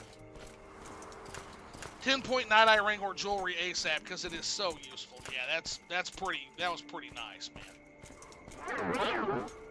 And they work during... I was not aware that they work during ash storms. That's a game changer. And again, I can play a game for 20 years and still learning mechanics. That's Morrowind.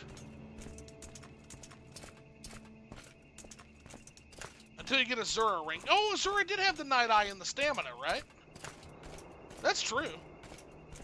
So I guess I did use it a little bit because everybody uses that fucking ring because of the stamina regen. Yeah, it's that one has it's the Night Eye and the stamina regen. That ring is like unstoppable.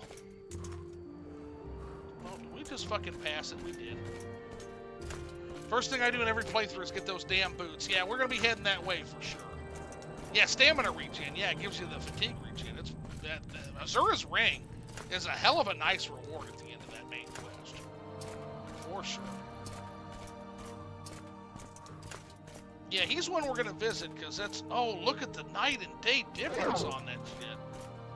Oh, I'm out of charge. Uh oh. That is a night and day difference though.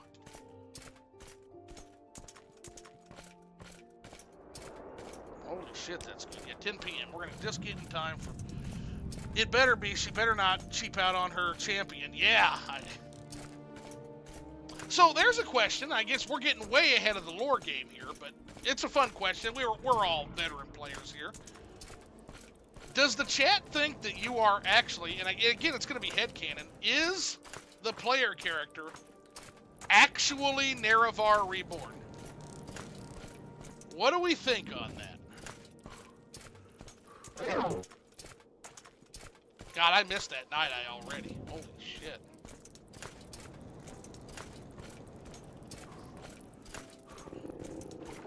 Tater Anus says yes. Austin Wright says yes. I fucking love that they leave it open to interpretation. Brooke Barnes says maybe. Yeah, they do leave it open to interpretation, but I like to think that he is. I don't think an actual reincarnation, just an individual who was able to do what needed to be done. Ah, so you take Caius Koseides' version of events, which is the man makes history, not history makes the man. So you side with Caius over Hesfat then, Prodigy. Interesting.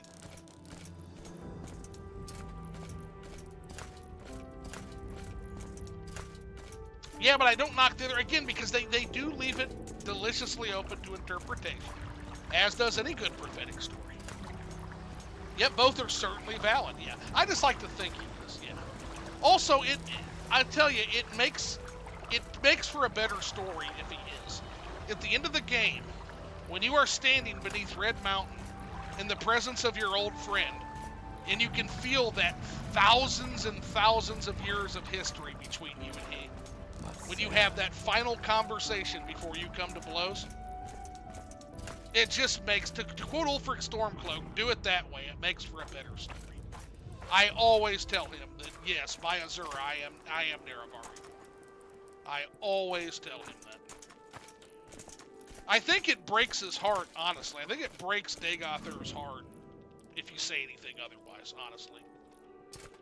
Come, Nerevar, come, and look upon the heart.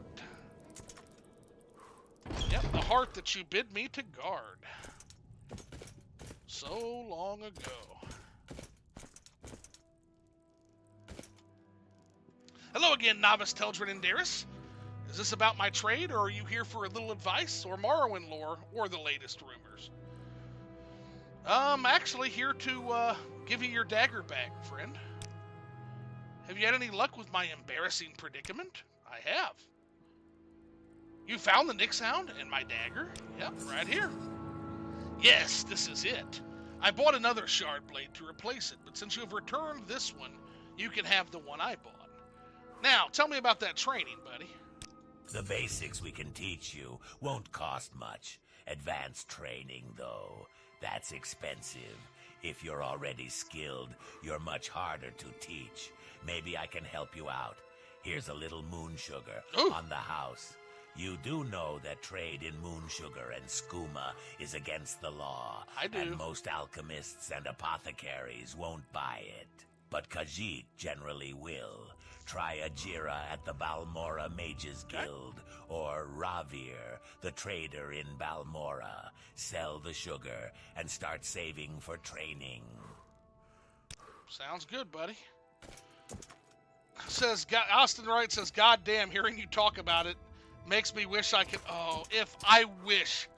You know that movie Eternal Sunshine from the Spotless Mind, Austin, where you could just erase you could like target erase certain memories? I would absolutely do that for Morrowind. I would erase everything except my willingness to play the game. Probably said, I remember the first time I got there playing on original Xbox was so cool. Gonna be even cooler during this playthrough this time around, guys. Gonna be even cooler. Or is there something else you want? If we don't die. But yeah, it's rest time. Yeah, it's 12 a.m. It is time. That is our official bedtime. So we're gonna take a rest and go into day 4 or day 5. It'll be actually. No, day 4. No, it's day 4. I always kill Revere and take his bound weapons at the beginning. Oh, you don't grind that 9K gold. You kill poor Revere for that sword. Oh, you're lucky you don't drop your ass with that hammer, man. It is 2:16 for your Eastern time. Okay. Yeah, it is getting a little bit late, honestly. Let's see here. Blade of White Woe. Yes, the Blade of White Woe. We are gonna snag that. Actually, is that a long sword? I think that's a. If it's a short sword, it won't help us. But if it's a long sword, we're gonna try to snag that. That is really fucking good weapon. I think it's a broadsword. Are you here to discuss your orders, or is there something else you want? It's a longsword. Yeah, we are absolutely grabbing that. Warrior Rithleen lives 2 houses south upstairs. 2 houses, okay.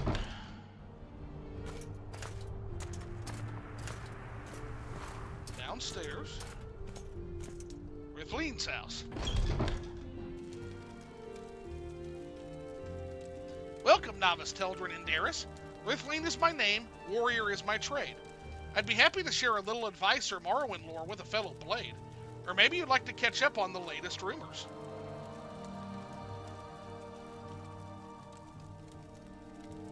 Got anything for me to do, Rithleen? I don't have any official orders for you, but I do have a personal errand I've been meaning to do.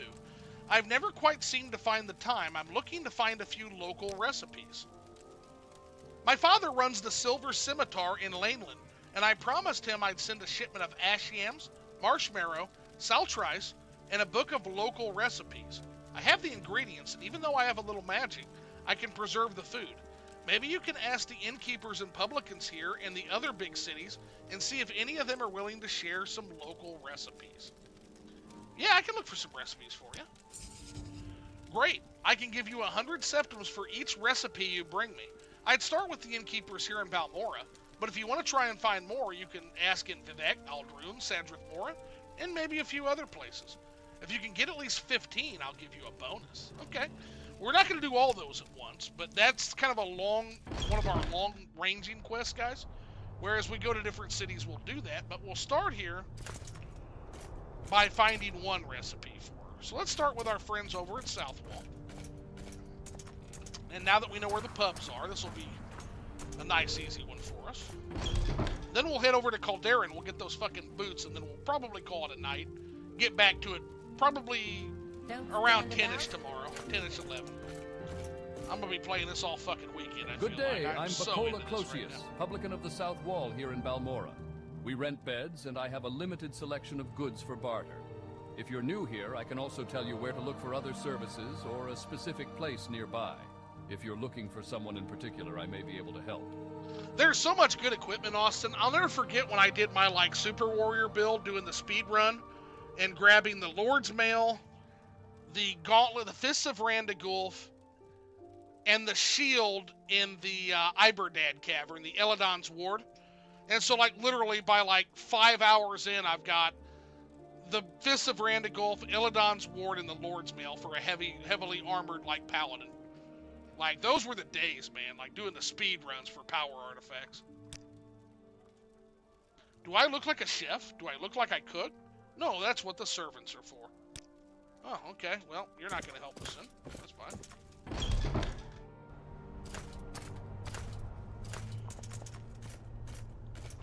Maybe we should try the Lucky Lockup and our good friends at the Lucky Lockup and the Council Club. Hey, I'm sure they'll help us.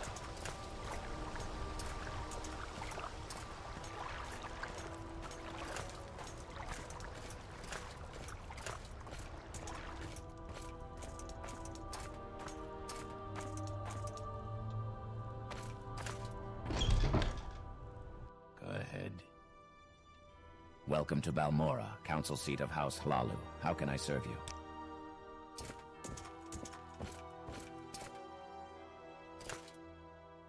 Hi, Banor. Good day. I'm Banner Saran, publican of the council club here in Balmora. We rent beds, and I have a limited selection of goods for barter. If you're new here, I can also tell you where to look for other services, or a specific place nearby. Yeah, that's true. Drin Plantation has some beastie gear. Always go to Drin Plantation and get that Daedric Dye Katana, Daedric Greaves, Shield, and Ebony Cuirass. What an incredible fucking game. Just simply unmatched. It really is. Local recipes, sir? No. I would not share a recipe with you if you were both starving and my arms were hacked off. Please? Pretty please? With sugar on top and ice cream in the middle? No? Okay. Well, fuck you too. They're not very friendly in here for whatever reason, guys. I don't know what the deal is, but these guys just seem really, really unfriendly to us. Let's go somewhere else. They don't feel welcome there at all.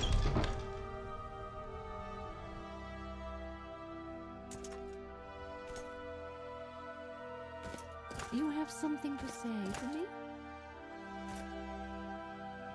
Hi, Beninius. What's this about? Welcome to the Lucky Lockup. We cater to travelers and visitors here in Balmora. We have beds and drinks, Flynn, Grief, Masta, Sujama, imported Cyrodiilic brandy, and a little sheen left, but only a little, as the last shipment of sheen I ordered was misplaced. We'll come back to that, but for now, I need a recipe, buddy. A recipe? Is this for Rithleen? I have told her repeatedly to stop asking me until she pays off her tab. Come on, you can part Same with to a you, recipe thanks. for me. Talk straight. Don't try to you out. That's nice to hear. Come on now, buddy. I suppose sharing a recipe with you won't hurt. This is a simple one for marrowed yams. There are variations of it all over Morrowind, and so I've heard in Black Marsh as well. So we got the recipe for the yams. If you want something, now's the time to talk. Let's take a look at that, because that sounds pretty fucking good, doesn't it? Marrowed yams. Marrow yams. Strip the bark from 10 handfuls of marrow stalks and scoop the pulp into a large cooking pot. Add a couple of fingers of water and boil it until it thickens and begins to darken, about half a day. When it darkens, lower fire or raise pot to keep warm. Strip the skin off 1 dozen ash yams and cut into finger-width rounds. Add to large cooking pot. Cover entirely with the water and bring to a boil. Poke yams with a stick to feel how much they give. When they are soft enough, you can push the stick all the way through, but still with some resistance. Remove from the pot, from the heat, and drain fully. Are you playing this on a tube 4x3 TV for that true 2002 experience? No, sadly, just a big old 32-inch computer monitor. But yeah, I remember the big old tube for sure. Add the yams to the marrow syrup and stir until all are well coated. There should be plenty of marrow syrup left over. Add 3 splashes of masta and 2 pinches of salt. Doesn't that sound fucking good, guys? That actually makes Morrowind cuisine sound palatable, if I don't say so myself. Remove from pot and serve. Scoop a little marrow syrup on the plate or bowl and sprinkle a pinch of ground rhubarb berry. Fucking A, that sounds good. I got a feeling a lot of these recipes won't sound so good, because it's Morrowind cooking. But that sounded like fire, man. That's like something you put on a fucking Thanksgiving table. Let's get her taken care of. And then we're going to go get those boots, because, yeah, we need the boots. We need the boots. We need the fucking boots. Oh, pay Ranvier and we'll get that moon sugar sold real quick. You know, it would be funny if you could sell it to Caius, but I know it's just a cover identity. Oh, I do a regular potato like that for sure. It'd be fucking delicious, man. Oh, yeah. For sure.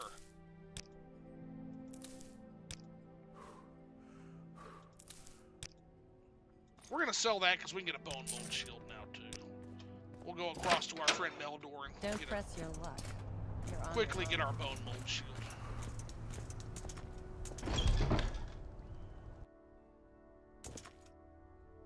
Greetings, citizen. I'm Meldor. Welcome to Balmora. We're a House Halalu town, loyal to the citizens of the Empire. What can I do for you? Yeah, turn in skooma in Morrowind. Yeah, or there's a mod in Skyrim that lets you turn in skooma. That's pretty badass.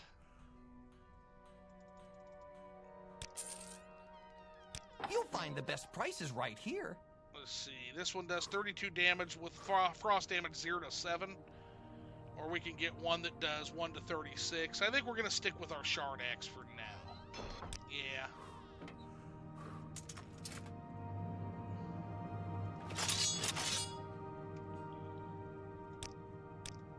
And that gets replaced with the bone mold shield now. There we are. Yeah, it's pretty badass. Let's turn in skooma for like money to authorities instead of distributing it like that. But here's the thing, Khajiit typically don't get addicted, so I don't feel as bad selling it to them. Some do, but Khajiit have a much higher tolerance for it. Yeah, especially since it's enchanted for ghosts. Yes, exactly. Yeah, it would be our ghost killing weapon right now. For now, yes. The only one we have. Although we're going to change that once Caius gives us our little shopping money. We're going to get some training and we're going to go to work. But for now, let's head out to get the boots. Are you here to discuss your orders, or is there something else you want? Tell me about the Shorvar Horsemouth. That's going to get us close to the boots. Master-at-Arms Shorvar Horsemouth lives in a Guar herder's hut in the middle of nowhere west of Caldera. I've only been there once and couldn't give you directions. Go look for him if you feel like a little hike. All right.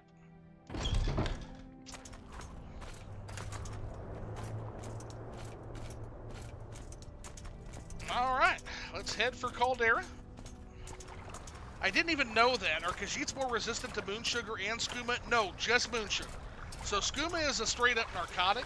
The Khajiit actually use the moon sugar in some of their rituals because it gets them closer to the moons they worship, which is Master and Secunda.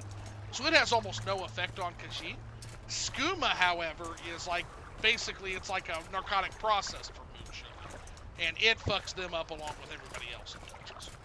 So moon sugar, yes. Skooma, no, is my understanding of how that works out. Yep.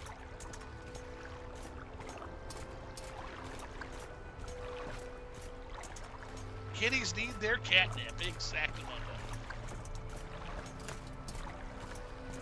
It's like comparing opium to yeah, that's a good way to put it, Tam. Yeah, it's like comparing opium to heroin. Yeah, opium is the natural kind of thing derived from poppies. Heroin's the thing. I mean, they're not great, but one is clearly worse than the other. Or weed to hash. I got my hash pipe. All right, we're gonna head up through Stonewood Pass, and on a clear day, we might even be able to see Red Mountain. So this poor bastard, Arv's Gallon, just died here. That's very sad. Let's give him a proper burial. Let's not leave him here. Oh shit! Can't remove the corpse. Oh no! Put those clothes back. I did not mean to do that. It said dispose of fucking corpse. Well, sorry, buddy. We tried. We retried. Okay. Well, anyway. Just gonna leave that situation alone.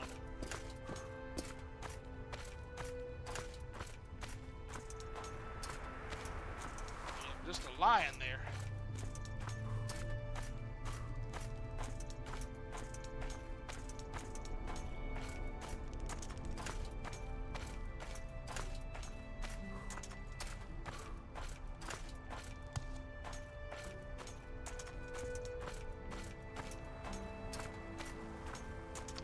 Yeah, I do too, Prodigy. Base game definitely needed more medium armors and also more light armors, to be honest. 100%.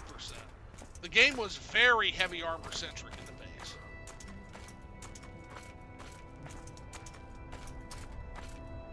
Now, of course, Tamriel data, OAAB solved some of that, but yeah, I definitely feel you there. If you've seen a Trailer Park Boys, then you get that. Yeah, that lion. Yep, just lying there. I do need to watch more Trailer Park Boys, so I hear it's amazing.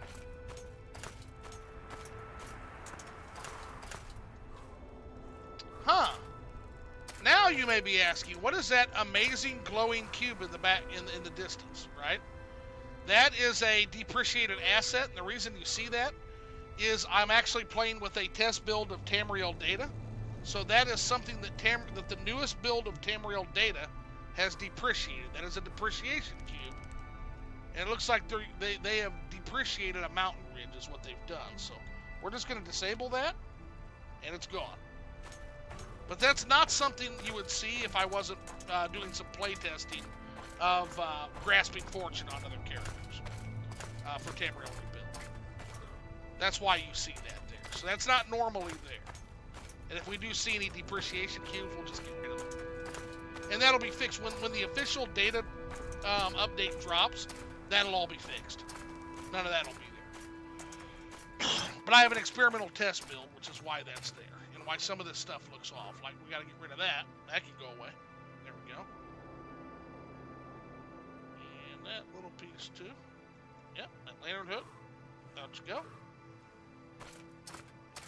Just jump underneath it for a free item, Mario. Oh yeah! Bing! Bing bing wahoo! Yeah, definite bing bing wahoo points. Oh, another fucking cliff racer. Great. What a beautiful little area. So this is a mod called Stonewood Pass, which overhauls this absolutely boring, nothing-ass, shit-ass area that Vanilla had between Caldera and Balmora, and makes it into like a nice little valley walk. For the most part. Why they had to add a fucking cliff racer, I'll have no idea.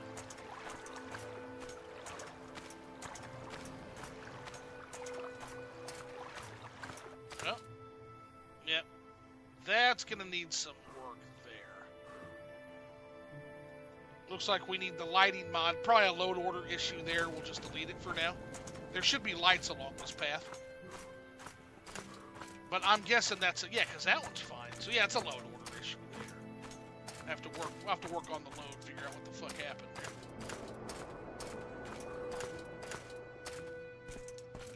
And that's fine, except that the sign seems to be made for giants. Other than that, I think that's just base game jank there. All right, we're in Caldera, so we are part way to Shorvar Horsemouth.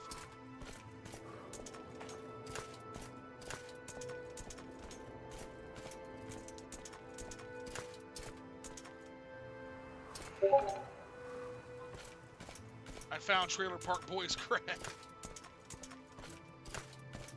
Yeah, Trailer Park Boys is, I like what I've seen of it for sure. I just don't have a lot of time for TV these days, and that's one of the ones I really want to finish. Yeah, that's one, and then, so everybody's telling me about this show From, that supposedly, if you like horror shows, it's like Lost meets horror, and it's supposed to be really fucking good. And we'll talk a little bit more about Caldera lore when we get hot and heavy into Caldera. This is the West Gash, though. West Gash has some good lore.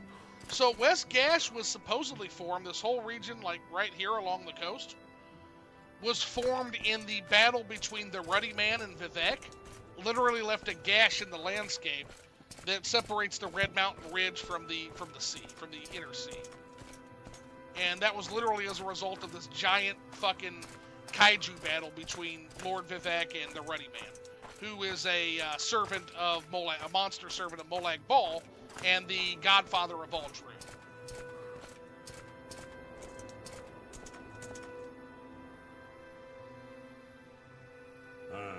Come on then, say something or move on.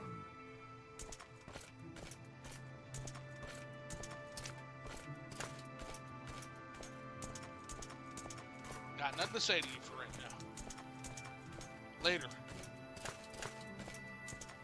We need some fucking boots.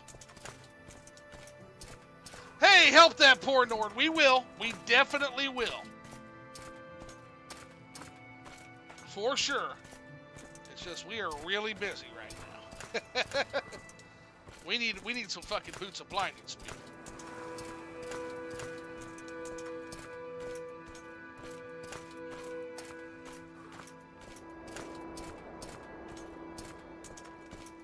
There she is. Poor creature got bamboozled by a witch. I couldn't tell you the last time I was on Netflix or Hulu. Well, hey there, con artist. Hey there, you interested in making a deal? I am.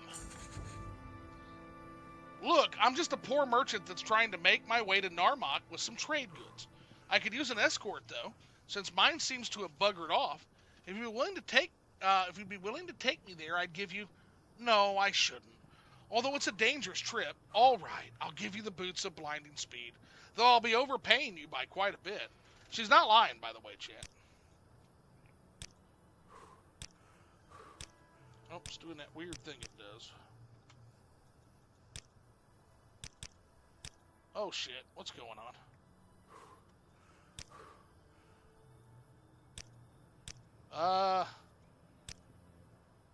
Scroll down. It's not. Oh, yeah, okay. Hey, forgive me, guys. It is 1:35 in the morning, but hey, if Prodigy got it, there's no excuse. I can take you to Narmot, yes. Excellent. Although that seems to be quite a high payment, the boots of blinding speed are a rare and wondrous thing. Never mind. I've made the deal, and I'm an honest woman. Let's get going. Tell me about these boots, though. A wondrous pair of boots indeed. The name says it all. I would hate to ever part with them.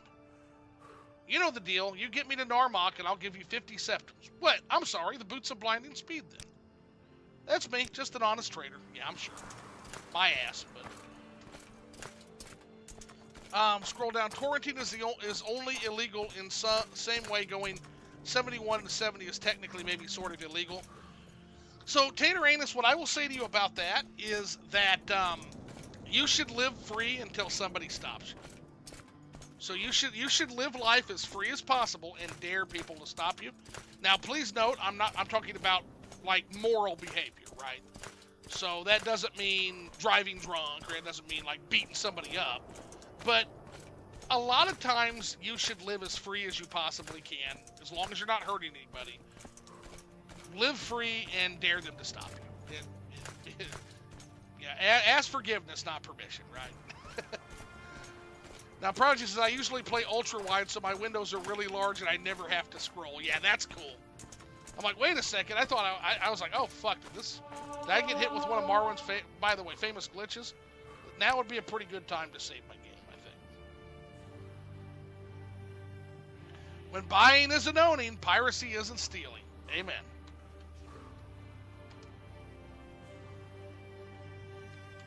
Tildren and Darius. Boom. Alrighty.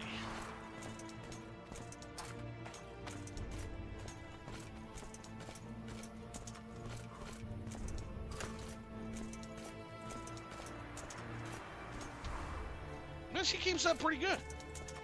I think that's not the base game, though. I think I have a mod that makes the actual pilgrims actually fucking keep up, like your actual, like, people that you take out. Like, I would certainly hope they would. This turn's got to be coming soon.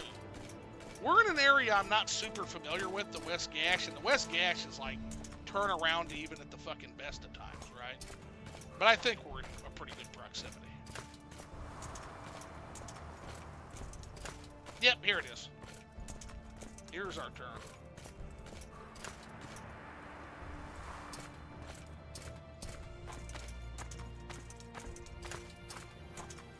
Yeah, that's it.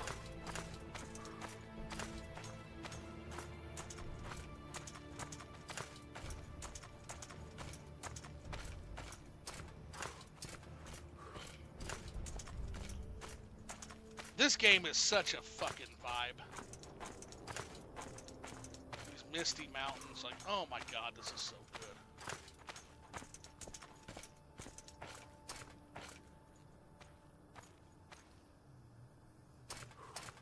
Well, we keep that way for Narmot.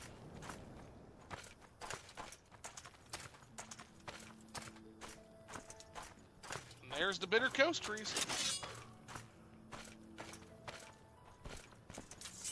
This is to the north, right? Yeah, Nessus. Wait till you see my Nessus, Prodigy.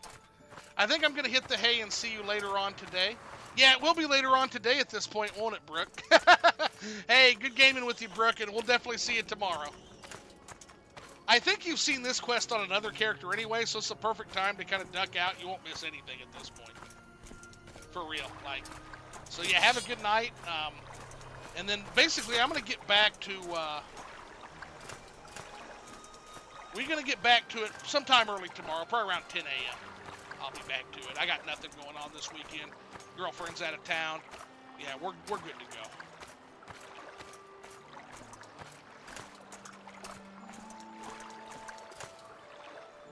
Okay, you want to be careful of that fucker right there. That is a breeding niche, and those are bad news. Now the bull niche isn't super terrible, but that Betty niche, she will fuck you up. Yeah, it will be 11 Eastern Standard Time, probably 10 a.m. That's whenever I wake up. So yeah, anywhere from 10 to 12, I'll be on for sure. And again, not advising for a subscribe or anything like that. Just kind of explaining how I think YouTube works. Again, I'm not good at the YouTube thing. If you give a sub, I think it will tell you when I'm live automatically. But again, you don't have to do that. I'm going to try to go live around 10-ish tomorrow morning Central Time, so it'll be 11 Eastern Time. Now, why are we going around? Because that Betty Netch will fuck me up, Chad. That's why. We don't want no part of that. Oh, shit. Okay, well. We might have to.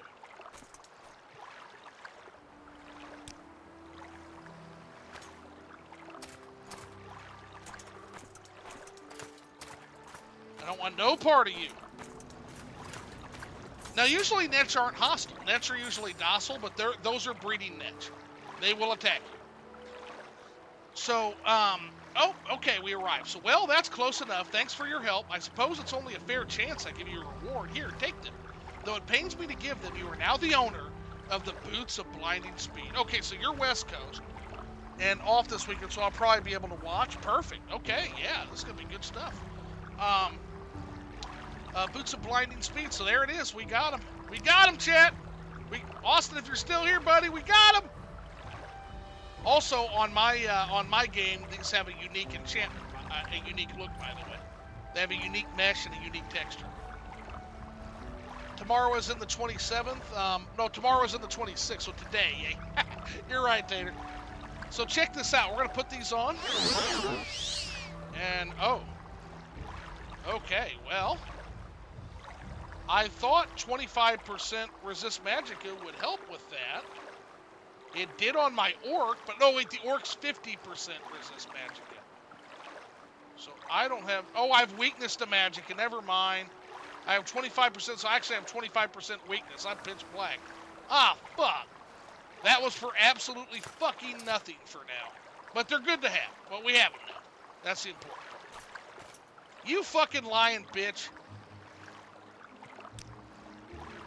Wondrous boots indeed. Never seen a pair. Our deal is complete, friend. You already robbed me blind, taking my precious boots. Be gone, you bitch.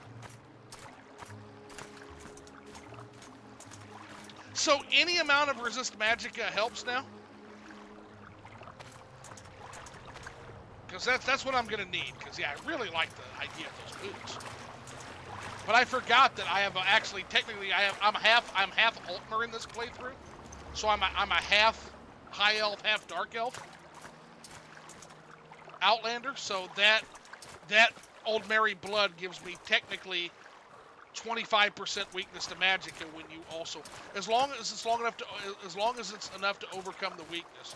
So you'll probably need around 50%. Okay, good to hear.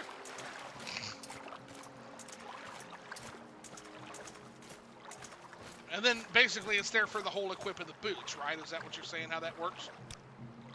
Yeah, we definitely gonna have to find a resist magicka. And there is some resist magicka equipment. Like, for example, I know one of the armors I'm eyeing, which is the Ebony Mail at the end of the game. Yes, it's 1 second, the cost won't be much, and the chance cost will be higher, exactly. So we'll definitely try for that, for sure. We'll try to make a custom spell for that. Because, yeah, that would be OP. Oh, I forgot the fucking orc had, like, really, really strong resist magicka. And he can see. He can basically see with them. The other thing you can do is you can have a light spell. Oh! Didn't think about that. Let's see if that helps. Oh, shit. Again, this belt is paying off. Okay. Oh, no, that don't help at all. I can kind of use the mini-map to run, which is funny.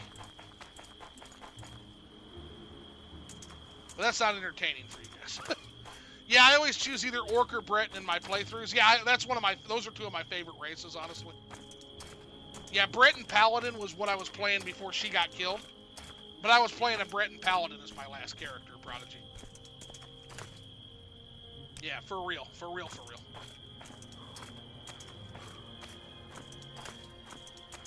Alrighty. We're gonna find Horvar.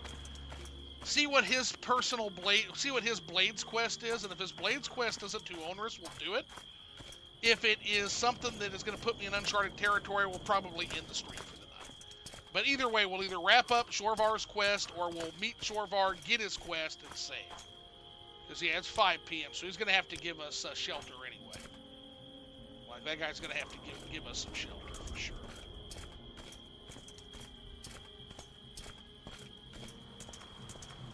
He's going to be coming up here anytime. Nice, that's my favorite archetype. Yeah, Crusader, Paladin.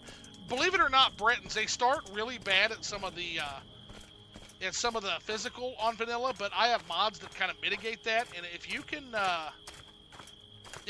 get a Breton's weapon skills up, they are fucking dangerous as Crusaders or Paladins.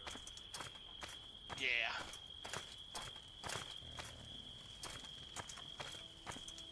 Hail, Dunmer. Do you need some? Welcome. Jorvar Horse Mouth is my name. Master-at-Arms is my trade. I'd be happy to share a little advice or Morrowind lore with a fellow blade. Or maybe you'd like to catch up on the latest rumors. Yeah, what do you got for me? Anything I could help you with? You want me to give you some orders? Well, it's hard tracking all the smugglers all by myself. Perhaps you could investigate an underwater ruin for me? Sure. Yes, it's Old Abernannet. There's a cave on a little peninsula due west of here called Abernannet that used to connect to the ruins, but the original is underwater now, between the peninsula and the Bitter Coast. If you can levitate or climb, you can go over the hill behind my house and just keep going southwest right into the water. Yeah, we're not doing that tonight. Otherwise, follow the hills southeast until you get to the pass, then follow the road back up the northwest. The ruins are underwater to your left. Or you can go to Narmak, okay, and head southeast across the water in the little island with the Abernannet Cave, and then southeast into the water, okay? Oh, and you'll need the key ring. Put the ring on when you're under the lake, and it should take you inside the old ruin. To get back out, try taking the ring off and putting it on again a couple of times. Should work. And the ring lets you breathe underwater, but just for a couple of breaths. Nice. Well, that's a very complicated quest, so we're going to wait on that. In the Abernannet ruins, did the ring not work? Have you tried taking it off and putting it back on again? All right, so what do we got here? So we got key ring of Abernannet, water breathing for 5 seconds on self. Cast when used. Okay. Sounds good. Alrighty. Well, I think that's a good place to wrap up here, because that's going to be a little bit of an involved quest. I will see you guys later. Thanks again so much. It's been a hell of a good stream. Hell of a good Friday night with y'all. And I am good, and I'm feeling pretty good and tipsy. I think that'll be a nice time to pass out. We'll wake up tomorrow. We'll get back to it. So thanks again, guys. See y'all later. Take care. Fare thee well.